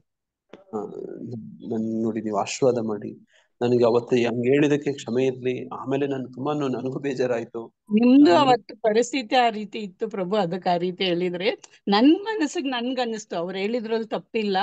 ಯಾಕಂದ್ರೆ ಯಾವ್ದೇ ಆಗ್ಲಿ ನಾವು ಒಂದು ಗುರುದಕ್ಷಿಣೆ ಇಲ್ದಿರ ಅದನ್ನ ಕೇಳಿದ್ರೆ ಅದಕ್ಕೆ ಅರ್ಹತೆ ಇರಲ್ಲ ಅಂತಾನು ಗೊತ್ತಾಯ್ತು ನನ್ಗೆ. ಬಟ್ ನಿಮ್ದು ಕೃಪೆಯಿಂದ ಇವಾಗ ನನ್ಗೆ ಅದು ಸಿಕ್ಕಿದೆ ಅನ್ನೋದಕ್ಕೆ ತುಂಬಾ ಖುಷಿ ಆಯ್ತು ಪ್ರಭು. ಅಂತಲ್ಲ, ನಾನು ಅವ್ರ ಅನುಮತಿನೂ ತಗೊಳ್ಳಿಲ್ಲ, ನಾನು ಸುಮ್ಮನೆ ಹಾಕ್ಬಿಟ್ಟೆ. ನಾನು ಅವತ್ತು ಯೋಚನೆ ಮಾಡಿದೆ, ಕೇಳಿದ್ರು ಅದೇ ತರ ಎಷ್ಟೋ ಜನ ಭಕ್ತರು ಇರ್ತಾರೆ, ಎಲ್ಲರಿಗೂ ಉಪಯೋಗ ಆಗ್ಲಿ ಅಂತ. ಮಾತಾಜಿ ಅವ್ರು ಎಷ್ಟು ಸ್ಟ್ರಿಕ್ಟ್ ಅಂತ ನಿಮ್ಗೊಂದು ಮಾತು ಹೇಳ್ತೀನಿ ಕೇಳಿ. ಸ್ಟ್ರಿಕ್ಟ್ ಅಂದ್ರೆ ಈ ವಿಷಯದಲ್ಲಿ ನಾನು ಯಾಕೆ ಹಿಂದೆ ಮುಂದೆ ನೋಡಿದೆ ಅಂದ್ರೆ, ಎಲ್ಲಾದ್ರೂ ಅವ್ರ ಜೊತೆ ಯಾತ್ರೆ ಹೋದ್ರೆ ಆ ಯಾತ್ರೆಯಲ್ಲಿ ನಾವು ಪುರಿ ಹೋಗಿದ್ವಿ ನೋಡಿ, ನಿರ್ಮಲಾ ಮಾತಾಜಿ ಅವರು ಬಂದಿದ್ರು ಆ ಯಾತ್ರೆಗೆ. ಅಲ್ಲಿ ರೆಕಾರ್ಡಿಂಗ್ ವಿಡಿಯೋ ಮಾಡ್ಕೋತಾರೆ, ಅದನ್ನ ಇನ್ನೂ ಶೇರ್ ಮಾಡಕ್ಕೆ ಪರ್ಮಿಷನ್ ಕೊಡಲ್ಲ ಅವ್ರು. ಅವ್ರು ರೆಕಾರ್ಡಿಂಗ್ ಮಾಡ್ಕೋತಾರೆ, ಬೇರೆ ಪಬ್ಲಿಕ್ ಮಾಡ್ಕೊಡಲ್ಲ, ಮಾಡೋಕ್ ಬಿಡಲ್ಲ ಅವ್ರು. ಯಾಕಂದ್ರೆ ಅವ್ರದ್ದು ಹಬ್ಬದು ರೈಟ್ ಅವ್ರಿಗೆ. ನೋಡಿ ಅವ್ರಿಗೆ ನೋಡಿ, ಇದರಿಂದ ಬೇರೆ ಬೇರೆ ಉದ್ದೇಶಗಳು ಇರ್ತವೆ ಎಲ್ಲ, ಅವರು ಬೇರೆ ಬೇರೆ ಉದ್ದೇಶಗಳು ಇರ್ತವೆ ನೋಡಿ. ಹಂಗೆ ನನ್ಗೆ ಮಾಡ್ಕೊಂಡು ಪ್ರಭು, ಯಾವಾಗ ನಾವು ಇಂತ ಭಕ್ತರದು ಕೇಳ್ತೀವಿ, ಇನ್ನು ಡೀಟೇಲ್ ಆಗಿ ಅರ್ಥ ಮಾಡ್ಕೊಂಡಿದ್ದ ಭಗವಂತನ ಕೃಪೆ ಮತ್ತೆ ನಿಮ್ ಕೃಪೆ ಆಗಿದ್ರಿಂದ ಅದಕ್ಕೆ ಕೇಳಕ್ ಸಾಧ್ಯ ಆಯ್ತು ಅಂತ ನನ್ಗನ್ನಿಸ್ತು ಪ್ರಭು. ಹೇಳ್ಬೇಡಿ, ಅವರು ತುಂಬಾ ಸ್ಟ್ರಿಕ್ಟ್ ಅಂತ ಹೇಳ್ತಿದ್ದೀನಿ ಮತ್ತೆ. ಅವ್ರು ಯಾರು ಆ ಯಾತ್ರೆ ಆರ್ಗನೈಸ್ ಮಾಡಿರ್ತಾರೆ ನೋಡಿ, ಅವರು ರೆಕಾರ್ಡಿಂಗ್ ಮಾಡ್ತಾರೆ, ಪಬ್ಲಿಕ್ ಶೇರ್ ಮಾಡಲ್ಲ ಅವ್ರು, ಪರ್ಮಿಷನ್. ಅಷ್ಟು ಸ್ಟ್ರಿಕ್ಟ್ ಆಗಿರೋದು ನಾನು ಕಳ್ಸಕ್ ಮೊದ್ಲು ಬಹಳ ಯೋಚನೆ ಮಾಡಿದೆ ನೋಡಿ. ನಾನು ಇನ್ಯಾರನ್ನಾದ್ರೂ ಕೇಳಿದ್ರೆ ಬೇಡ, ಪರ್ಮಿಷನ್ ಕೊಡಲ್ಲ ಅಂತ ಹೇಳಿ ಅನ್ಕೊಂಡು ನೋಡಿ, ಲಾಭ ಆಗ್ಲಿ ಆಗೋರ್ಗೆ ಅಂತ ಶೇರ್ ಮಾಡ್ಕೊಂಡೆ. ಆದ್ರೆ ಅವ್ರ ಪರ್ಮಿಷನ್ ಅಂತ ಹೋದ್ರೆ ಯಾತ್ರೆಗಳಲ್ಲಿ ಅವ್ರು ಕೊಡೋ ಲೆಕ್ಚರ್ಸ್ನ ಪಬ್ಲಿಕ್ ಮಾಡ್ಕೊಳಕ್ಕೆ ಪರ್ಮಿಷನ್ ಕೊಡಲ್ಲ ಅವ್ರು ಆ ತರ. ಹೌದು. ಹರೇ ಕೃಷ್ಣ. ಯಾಕೆಂದ್ರೆ ನೋಡಿ, ಭಕ್ತರು ಅದರ ದುರುಪಯೋಗ ಮಾಡ್ಕೊಳ್ತಾರೆ. ಹೆಂಗೆ ನೋಡಿ, ನಾನಾ ರೀತಿಲಿ ಈಗ ಆನ್ಲೈನ್ ಅಲ್ಲೇ ಇದ್ ಬಿಡ್ತಾರೆ, ಆಫ್ಲೈನ್ ಬರೋದೇ ಇಲ್ಲ. ಇದೊಂದು ಸಮಸ್ಯೆ ನೋಡಿ. ಆನ್ಲೈನ್ ಅಲ್ಲೇ ಎಲ್ಲಾನು ಮುಗಿಸ್ಕೊಂಡ್ಬಿಡ್ತಾರೆ, ಅವ್ರ ಉದ್ದೇಶಗಳು ಪೂರೈಸ್ಬಿಡ್ತಾರೆ, ಅಂದ್ಕೊಂಡ್ಬಿಡ್ತಾರೆ, ಅವ್ರ ಉದ್ದೇಶ ಎಲ್ಲ ಪೂರೈಸ್ಬಿಡ್ತು ಆನ್ಲೈನ್ ಅಲ್ಲಿ ಅಂತ. ಆಫ್ಲೈನ್ ಅಲ್ಲಿ ಅದ್ ಏನು ಅಲ್ಲ ಅವಕಾಶಗಳು, ಬೆನಿಫಿಟ್, ಮುಖಾಮುಖಿ ನೋಡಿ, ಭಕ್ತರ ಸಂಘ ನೋಡಿ, ಇದೆಲ್ಲ ಮಿಸ್ ಮಾಡ್ಕೊಂಡ್ಬಿಡ್ತಾರೆ. ಆನ್ಲೈನೇ ಸ್ಯಾಟಿಸ್ಫೈ ಮಾಡ್ಬಿಡುತ್ತೆ ನೋಡಿ. ಯಾತ್ರೆಗಳಿಗೆ ಕೂಡ ಬರಲ್ಲ ನೋಡಿ, ಭಕ್ತರ ಸಂಘದಲ್ಲಿ ಕೂತ್ ಕೇಳಲ್ಲ ನೋಡಿ. ಈ ತರದೆಲ್ಲ ಅವರದೊಂದು ಏನೇನೋ ಉದ್ದೇಶಗಳು ಇರ್ತವೆ. ಅವ್ರದ್ದು ಏನೋ ರೂಲ್ಸ್ ಅಂಡ್ ರೆಗ್ಯುಲೇಷನ್ ಇರುತ್ತೆ, ಉದ್ದೇಶನೂ ಇರುತ್ತಲ್ಲ ಪ್ರಭು, ಯಾಕೆ ಈ ರೀತಿ ಮಾಡಿದಾರೆ ಅನ್ನೋದಕ್ಕೊಂದು ಉದ್ದೇಶ ಇರುತ್ತೆ. ಹೌದು ಮಾತಾಜಿ. ಹಂಗೆ ಎಷ್ಟು ಸಾಧ್ಯವಾಗುತ್ತೋ ನಮ್ಮ ನೋಡಿ ಆಯುಸ್ಸು ನೋಡಿ, ಅವಕಾಶಗಳು ಈ ತರ ಎಲ್ಲ ಇರೋದು ಹೆಚ್ಚು ಹೆಚ್ಚು ಲಾಭ ಮಾಡ್ಕೊಳ್ಳೋ ಪ್ರಯತ್ನ ಮಾಡಬೇಕು. ಹೌದು ಪ್ರಭು. ಹರೇ ಕೃಷ್ಣ. ನನ್ಗಂತೂ ಖುಷಿ ಆಯ್ತು ಪ್ರಭು ತುಂಬಾನೇ. ಅದ್ ನೋಡಿ ತೆಗ್ದೇನೆ ತುಂಬಿ ಕಳ್ಸಲ್ಲ ಅಂದ್ರೆಲ್ಲ ಕಳ್ಸ್ಬಿಟ್ಟಿದಾರೆ, ಎಲ್ಲ ಪರ್ಮಿಷನ್ ಕೊಟ್ರ ಅನ್ಕೊಂಡೆ ಪ್ರಭು. ನಾನು ಕೇಳಕ್ ಹೋಗ್ಲಿಲ್ಲ, ಯಾಕಂದ್ರೆ ಇಲ್ಲ ಅಂತಾರೆ ಅಂತ ಗೊತ್ತು, ಆದ್ರೆ ಲಾಭ ಆಗುತ್ತೆ ಅಂತ ಗೊತ್ತು, ಅದಕ್ಕೋಸ್ಕರ ಏನ್ ಮಾಡ್ಕೊಂಡ್ಬಿಟ್ಟೆ. ತುಂಬಾ ಥ್ಯಾಂಕ್ಸ್ ಪ್ರಭು. ಹರೇ ಕೃಷ್ಣ ಮಾತಾಜಿ. ಹರೇ ಕೃಷ್ಣ. ಹರೇ ಕೃಷ್ಣ. ಯಾರಿಗಾದ್ರೂ ಬೇರೆ ಪ್ರಶ್ನೆ ಇದೆಯಾ? ಏನು ಪ್ರಶ್ನೆ? ಹರೇ ಕೃಷ್ಣ. ಹರೇ ಕೃಷ್ಣ ಪ್ರಭು. ಹರೇ ಕೃಷ್ಣ ಮಾತಾಜಿ. ಪ್ರಭು ಕೇಳಿಸ್ತಾ ಇದೆಯಾ? ಕೇಳಿಸಿದೆ ಮಾತಾಜಿ. ಪ್ರಭು, ನೆನ್ನೆ ಈ ತರ ನಾವೆಲ್ಲ ಆಚೆ ಹೋಗಿದ್ವಿ ಪ್ರಭು, ದೇವೇಗೌಡ ಇದ್ರ ಹತ್ರ, ದೇವನಹಳ್ಳಿ ಹತ್ರ ಎಲ್ಲೋ ಟೆಂಪಲ್ಗೆ ಹೋಗಿದ್ವಿ ಪ್ರಭು. ಅಲ್ಲಿ ಯಾರು ಮಾತಾಡಿ ಸಿಕ್ಕಿದ್ರು ಪ್ರಭು, ಅವ್ರಿಗೆ ಕೃಷ್ಣ ಭಕ್ತಿನಲ್ಲಿ ತುಂಬಾ ಇದಿದೆ ಅಂತ, ಇಂಟ್ರೆಸ್ಟ್ ಇದೆ ಅಂತ ಪ್ರಭು. ಅವರು ನಮ್ಗೆ ಇದು ಮಾಡೋರು, ನಮ್ಗೆ ಹೇಳ್ಕೊಡೋರು ಯಾರು ಇಲ್ಲ ಅಂತ ಮಾತಾಜಿ ನನ್ಗೆ ಕೇಳಿದ್ರು ಪ್ರಭು. ನಾನು ಈ ತರ ನಮ್ದು ಲಿಂಕ್ ಕೊಡ್ತೀನಿ, ನೀವು ಅಟೆಂಡ್ ಮಾಡಿ ಕ್ಲಾಸ್ ಅಂತ ಹೇಳಿದ್ವಿ ಪ್ರಭು. ಅವ್ರು ಇವತ್ತು ಭೇಟಿ ಮಾಡ್ತೀನಿ ಅಂತ ಹೇಳಿದ್ದಾರೆ. ಅವ್ರ ಫೋನ್ ನಂಬರ್ ಎಲ್ಲ ಇಸ್ಕೊಂಡಿದ್ದೀನಿ ಪ್ರಭು. ಫೋನ್ ಮಾತಾಡಿ ಲಿಂಕ್ ಇದ್ ಮಾಡ್ಕೊತೀನಿ ಅಂತ ಹೇಳಿದ್ದಾರೆ ಪ್ರಭು. ಅವ್ರಿಗೆ ತುಂಬಾ ಇಂಟ್ರೆಸ್ಟ್, ಭಗವದ್ಗೀತೆ ಮೂರ್ಖಿತ ಓದಿದಾರಂತೆ ಪ್ರಭು. ಅದನ್ನ ಡೀಟೇಲ್ ಆಗಿ ಹೇಳೋರು ನಮ್ಗೆ ಯಾರು ಸಿಕ್ಕಿಲ್ಲ ಅಂತ ಹೇಳ್ತಾ ಇದ್ರು ಪ್ರಭು. ಅವ್ರ ನಂಬರ್ ಶೇರ್ ಮಾಡಿ, ಇಲ್ದಿದ್ರೆ ನೀವೇ ಆಡ್ ಮಾಡಿ ಮಾತಾಜಿ, ಆಡ್ ಮಾಡಿ. ತುಂಬಾ ಸಂತೋಷ ಮಾತಾಜಿ, ನೀವು ಸಂಪರ್ಕ ಮಾಡಿ ಕಾರ್ಯಕ್ರಮದ ಬಗ್ಗೆ ಹೇಳಿದಿರಿ. ಹರೇ ಕೃಷ್ಣ. ಇವತ್ತೇನಾದ್ರೂ ವಿಶೇಷ ದಿನಗಳಿಗವಾ ಶ್ವೇತಾ ಮಾತಾಜಿ? ಇಲ್ಲ ಪ್ರಭುಜಿ, ಯಾರು ಏನು ಹೇಳಿಲ್ಲ. ಇಲ್ಲಿ ವಿರಾಮ ಕೊಡ್ತಿದೀವಿ. ಪ್ರಭುಜಿ, ವರ್ಧಾ ಹೆಗ್ಡೆ ಅಂತ ಮಾತಾಜಿ ಜಾಯಿನ್ ಆಗಿದ್ದಾರೆ ಪ್ರಭುಜಿ. ಅವರು ನಮ್ಮ ಭಕ್ತಿ ಶಾಸ್ತ್ರಿ ಗ್ರೂಪ್ ಅಲ್ಲಿ ಇದ್ದಾರೆ ಪ್ರಭುಜಿ. ತುಂಬಾ ಚೆನ್ನಾಗಿ ಭಗವದ್ಗೀತೆ ಎಲ್ಲ ತಿಳ್ಕೊಂಡಿದ್ದಾರೆ ಪ್ರಭುಜಿ. ಏನ್ ಬಂದ್ರಿ? ವರ್ಧಾ ಹೆಗ್ಡೆ ಪ್ರಭುಜಿ. ಅನ್ಮ್ಯೂಟ್ ಮಾಡ್ಕೊಂಡು ಮಾತಾಡ್ತಾರಾ? ಹರೇ ಕೃಷ್ಣ. ಹರೇ ಕೃಷ್ಣ. ವರ್ಧಾ ಮಾತಾಜಿ. ಕೃಷ್ಣ ವರ್ಧಾ ಮಾತಾಜಿ. ಹರೇ ಕೃಷ್ಣ. ಭಕ್ತಿ ಶಾಸ್ತ್ರಿ ಕ್ಲಾಸ್ ಎಲ್ಲ ಕೊಡ್ತಾ ಇರ್ತಾರೆ ಪ್ರಭುಜಿ, ಆದ್ರೂ ಜಾಯಿನ್ ಆಗಿ ಕ್ಲಾಸ್ ಮಾಡ್ತಾರಾ ವರ್ಧಾ ಮಾತಾಜಿ? ಹಾ ಪ್ರಭುಜಿ ಮಾಡ್ತಾರೆ. ಲಿಂಕ್ ಶೇರ್ ಮಾಡಿದ್ದೆ, ಜಾಯಿನ್ ಆಗಿದ್ದಾರೆ ಪ್ರಭು. ನೆನ್ನೆನೂ ಇವತ್ತು ಜಾಯಿನ್ ಆಗಿ. ಹರೇ ಕೃಷ್ಣ. ಹರೇ ಕೃಷ್ಣ. ವರ್ಧಾ ಮಾತಾಜಿ ಬಿಸಿ ಇದ್ದಾರೆ. ಹರೇ ಕೃಷ್ಣ ಪ್ರಭು. ನಿನ್ನೆ ಚಳ್ಳಕೆರೆ ಭಕ್ತರೆಲ್ಲ ಬಂದಿರಲ್ಲ ಪ್ರಭು, ರಥಯಾತ್ರೆಗೆ. ಎಲ್ಲಾರ್ನು ಮಾತಾಡದೆ ಪ್ರಭು, ತುಂಬಾ ಖುಷಿ ಆಯ್ತು. ಹಂಪೆನಲ್ಲಿ ಮೀಟ್ ಆಗಿದ್ವಲ್ಲ, ಹೌದೌದು. ಅವ್ರನ್ನ ಅವ್ರಿಗೂ ತುಂಬಾ ಖುಷಿ ಆಗ್ಬಿಡ್ತು. ಓ ಮಾತಾಜಿ ನೀವಾ ಅಂತ ಖುಷಿಯಿಂದ ಮಾತಾಡಿದ್ರು ಪ್ರಭು. ತುಂಬಾ ಸಂತೋಷ ಮಾತಾಜಿ. ನೋಡಿ, ಈ ತರ ಅವಕಾಶ ಸಿಕ್ಕಾಗ ಪರಸ್ಪರ ಭೇಟಿ ಮಾಡಿ ಪರಿಚಯ ಮಾಡ್ಕೊಂಡು ಮಾತಾಡ್ಸಿ. ಅದಕ್ಕೆ ನಾನು ಹೇಳಿದ್ದು ಪ್ರಭು, ನದಿ ಒಳಗಡೆ ಆ ಎಮ್ಮನಿಗೆ ಕಾಲ್ ಇದಾಗ್ಬಿಟ್ಟಿತ್ತಲ್ಲ ಪ್ರಭು, ವರ್ಮಾ ಅವ್ರಿಗೆ.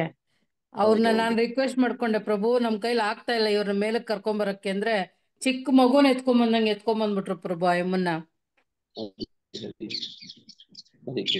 ಪ್ರಭುಜಿ ಮಾತಾಡ್ತಾರೆ ಪ್ರಭುಜಿ. ವರ್ಧಾ. ಹರೇ ಕೃಷ್ಣ ಮಾತಾಜಿ. ಹರೇ ಕೃಷ್ಣ ಮಾತಾಜಿ. ಹರೇ ಕೃಷ್ಣ ಮಾತಾಜಿ. ಹೇಳಿ ಮಾತಾಜಿ, ತಮ್ಮ ಪರಿಚಯ ಮಾಡ್ಕೊಡಿ. ನನಗೆ ನಿಮ್ದು ಯೂಟ್ಯೂಬ್ ಲಿಂಕ್ ಬೇಕಾಗಿತ್ತು, ಅದಕ್ಕೆ ಏನ್ ಮಾಡ್ಬೇಕು ಪ್ರಭುಜಿ? ನಾವು ಶೇರ್ ಮಾಡ್ತೀವಿ. ಇತ್ತೀಚೆಗೆ ನಾವು ಪ್ರಾರಂಭ ಮಾಡಿದೀವಿ ಯೂಟ್ಯೂಬ್ ಲಿಂಕ್, ನಾವು ಶೇರ್ ಮಾಡ್ತೀವಿ ಮಾತಾಜಿ. ಸರಿ ಪ್ರಭುಜಿ. ಇವಾಗ ಬರೋದು ಲೈವ್ ಆಗಿ ಬರ್ತಾ ಇರುತ್ತಾ? ಲೈವ್ ಆಗಿಲ್ಲ, ಮಾಡ್ತೀವಿ. ಹರೇ ಕೃಷ್ಣ ಹಾ ಪ್ರಭುಜಿ. ರೆಕಾರ್ಡಿಂಗ್ ಮಾಡ್ತೀರಾ ಅಂದ್ರೆ ಈಗ ಅದನ್ನ ರೆಕಾರ್ಡಿಂಗ್ ಮಾಡ್ತೀರಾ? ಅಪ್ಲೋಡ್ ಮಾಡಿ ನಮ್ಮ ಯೂಟ್ಯೂಬ್ ಚಾನಲ್ಗೆ ಅಪ್ಲೋಡ್ ಮಾಡಿ ಲಿಂಕ್ ಅನ್ನ ಶೇರ್ ಮಾಡ್ತೀನಿ. ಸರಿ ಪ್ರಭುಜಿ, ನಿಮ್ಮ ಧನ್ಯವಾದಗಳು ಪ್ರಭುಜಿ. ಪರಿಚಯ ಹೇಳಿ ಮತ್ತೆ. ಹರೇ ಕೃಷ್ಣ ನಿಮ್ ಪ್ರಭು. ಎಲ್ಲಿಂದ ಮಾತಾಡ್ತಿದ್ರಿ ಹೇಳಿ. ನಾನು ಇರೋದು ಮುಂಬೈದಲ್ಲಿ ಪ್ರಭುಜಿ. ಮುಂಬೈಯಿಂದ. ಓಕೆ, ನೀವು ಯಾವ ಟೆಂಪಲ್ಗೆ ಅಸೋಸಿಯೇಟ್ ಆಗಿದ್ರಿ? ರಾಧಾ ಗೋವಿಂದ ಟೆಂಪಲ್ ಪ್ರಭುಜಿ. Okay, Mangaluru temple. ಹಾ ಹಾ. ಓಕೆ ಓಕೆ, ತುಂಬಾ ಸಂತೋಷ ಮಾತಾಜಿ, ನೀವು ಕಾರ್ಯಕ್ರಮದಲ್ಲಿ ಭಾಗವಹಿಸಿದ್ದು ತುಂಬಾ ಧನ್ಯವಾದ. ಹರೇ ಕೃಷ್ಣ. ಹರೇ ಕೃಷ್ಣ ಪ್ರಭು. ಹರೇ ಕೃಷ್ಣ. ಸರಸ್ವತಿ ಮಾತಾಜಿ, ಸಮಯ ಆಗ್ತಾ ಇದೆ, ಲೇಟ್ ನಾ ಆಯ್ತು. ಎಲ್ಲ ಮಾತಾಡ್ತೆ ಪ್ರಭು, ಶೇಲ್ಕರ್ ಅವರೆಲ್ಲ ಮಾತಾಡಿದ್ರು. ತುಂಬಾ ಸಂತೋಷ ಮಾತಾಜಿ. ಹರೇ ಕೃಷ್ಣ ಪ್ರಭುಜಿ. ಹರೇ ಕೃಷ್ಣ. ಧನ್ಯವಾದ. ಪ್ರಭು, ಮೊನ್ನೆ ನೀವು ರೆಕಾರ್ಡಿಂಗ್ ಹಾಕಿದ್ರಲ್ಲ ವಿಜೇತ ಮಾತಾಜಿದು 3 ದಿನದ ಹಾಕಿದ್ರಲ್ಲ, ನಾನು ಬೇರೆ ಹೊಸಬರಿಗೆ ಅದನ್ನ ಫಾರ್ವರ್ಡ್ ಮಾಡಿದ್ದೀನಿ. ಅದನ್ನ ಮುಂದಿಂದನು ಕೊಟ್ರೆ ಅವ್ರಿಗೆ ಕೊಡ್ಬೋದು ಪ್ರಭು, ಹೊಸಬರಿಗೆ. ಲಿಂಕ್ ಅಲ್ಲಿ ಅದೇ ಚಾನಲ್ ಕ್ಲಿಕ್ ಮಾಡಿದ್ರೆ ನಿಮ್ಗೆ ಸಿಗುತ್ತೆ ಮಾತಾಜಿ. ಅದೇ ಚಾನಲ್ ಅಲ್ಲಿ ಇದೆ, ಇಸ್ಕಾನ್ ಭಕ್ತಿ ಸೆಂಟರ್ ಚಳ್ಳಕೆರೆ ಚಾನಲ್ ಅಲ್ಲಿ ಇದೆ. ಲಿಂಕ್ ಶೇರ್ ಮಾಡ್ತೀವಿ. ಹರೇ ಕೃಷ್ಣ.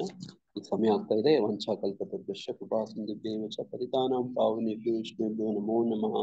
ಅನಂತ ಕೋಟಿ ವೈಷ್ಣವ ವೃಂದ की जय, श्रील प्रभुपाद की जय, समवेत भक्त वृंद की जय, हरे कृष्ण महामंत्र की जय, हरे कृष्ण कृष्ण ಕೃಷ್ಣ ಹರೇ ಹರೇ ರಾಮ ರಾಮ ರಾಮ ಹರೇ ಕೃಷ್ಣ. ಈ ದಿನದ ಗೀತಾ ಸ್ವಾರಸ್ಯ ಕಾರ್ಯಕ್ರಮದಲ್ಲಿ ಎಲ್ಲರಿಗೂ ತುಂಬಾ ಧನ್ಯವಾದ. ತಮ್ಮೆಲ್ಲರಿಗೂ ಕೃಷ್ಣ ಅಂತ ಪ್ರಾರ್ಥಿಸ್ತಾ ಹರೇ ಕೃಷ್ಣ ಹರೇ ಕೃಷ್ಣ ಕೃಷ್ಣ ಕೃಷ್ಣ ಹರೇ ಹರೇ ಹರೇ ಹರೇ ಕೃಷ್ಣ ರಾಮ ಹರೇ ರಾಮ ರಾಮ ರಾಮ. ಪ್ರಭುಜಿ, ದಂಡೋತ್ ಪ್ರಣಾಮ. ಹರೇ ಕೃಷ್ಣ ಪ್ರಭುಜಿ, ಧನ್ಯವಾದಗಳು. ಹರೇ ಕೃಷ್ಣ ಪ್ರಭುಜಿ, ಹರೇ ಕೃಷ್ಣ ಪ್ರಭು, ದಂಡಾರ್ಪಣಂ. ಧನ್ಯವಾದಗಳು. ಪ್ರಣಾಮ ಮಾತಾಜಿ. ಹರೇ ಕೃಷ್ಣ. ಹರೇ ಕೃಷ್ಣ ಪ್ರಭುಜಿ, ದಂಡ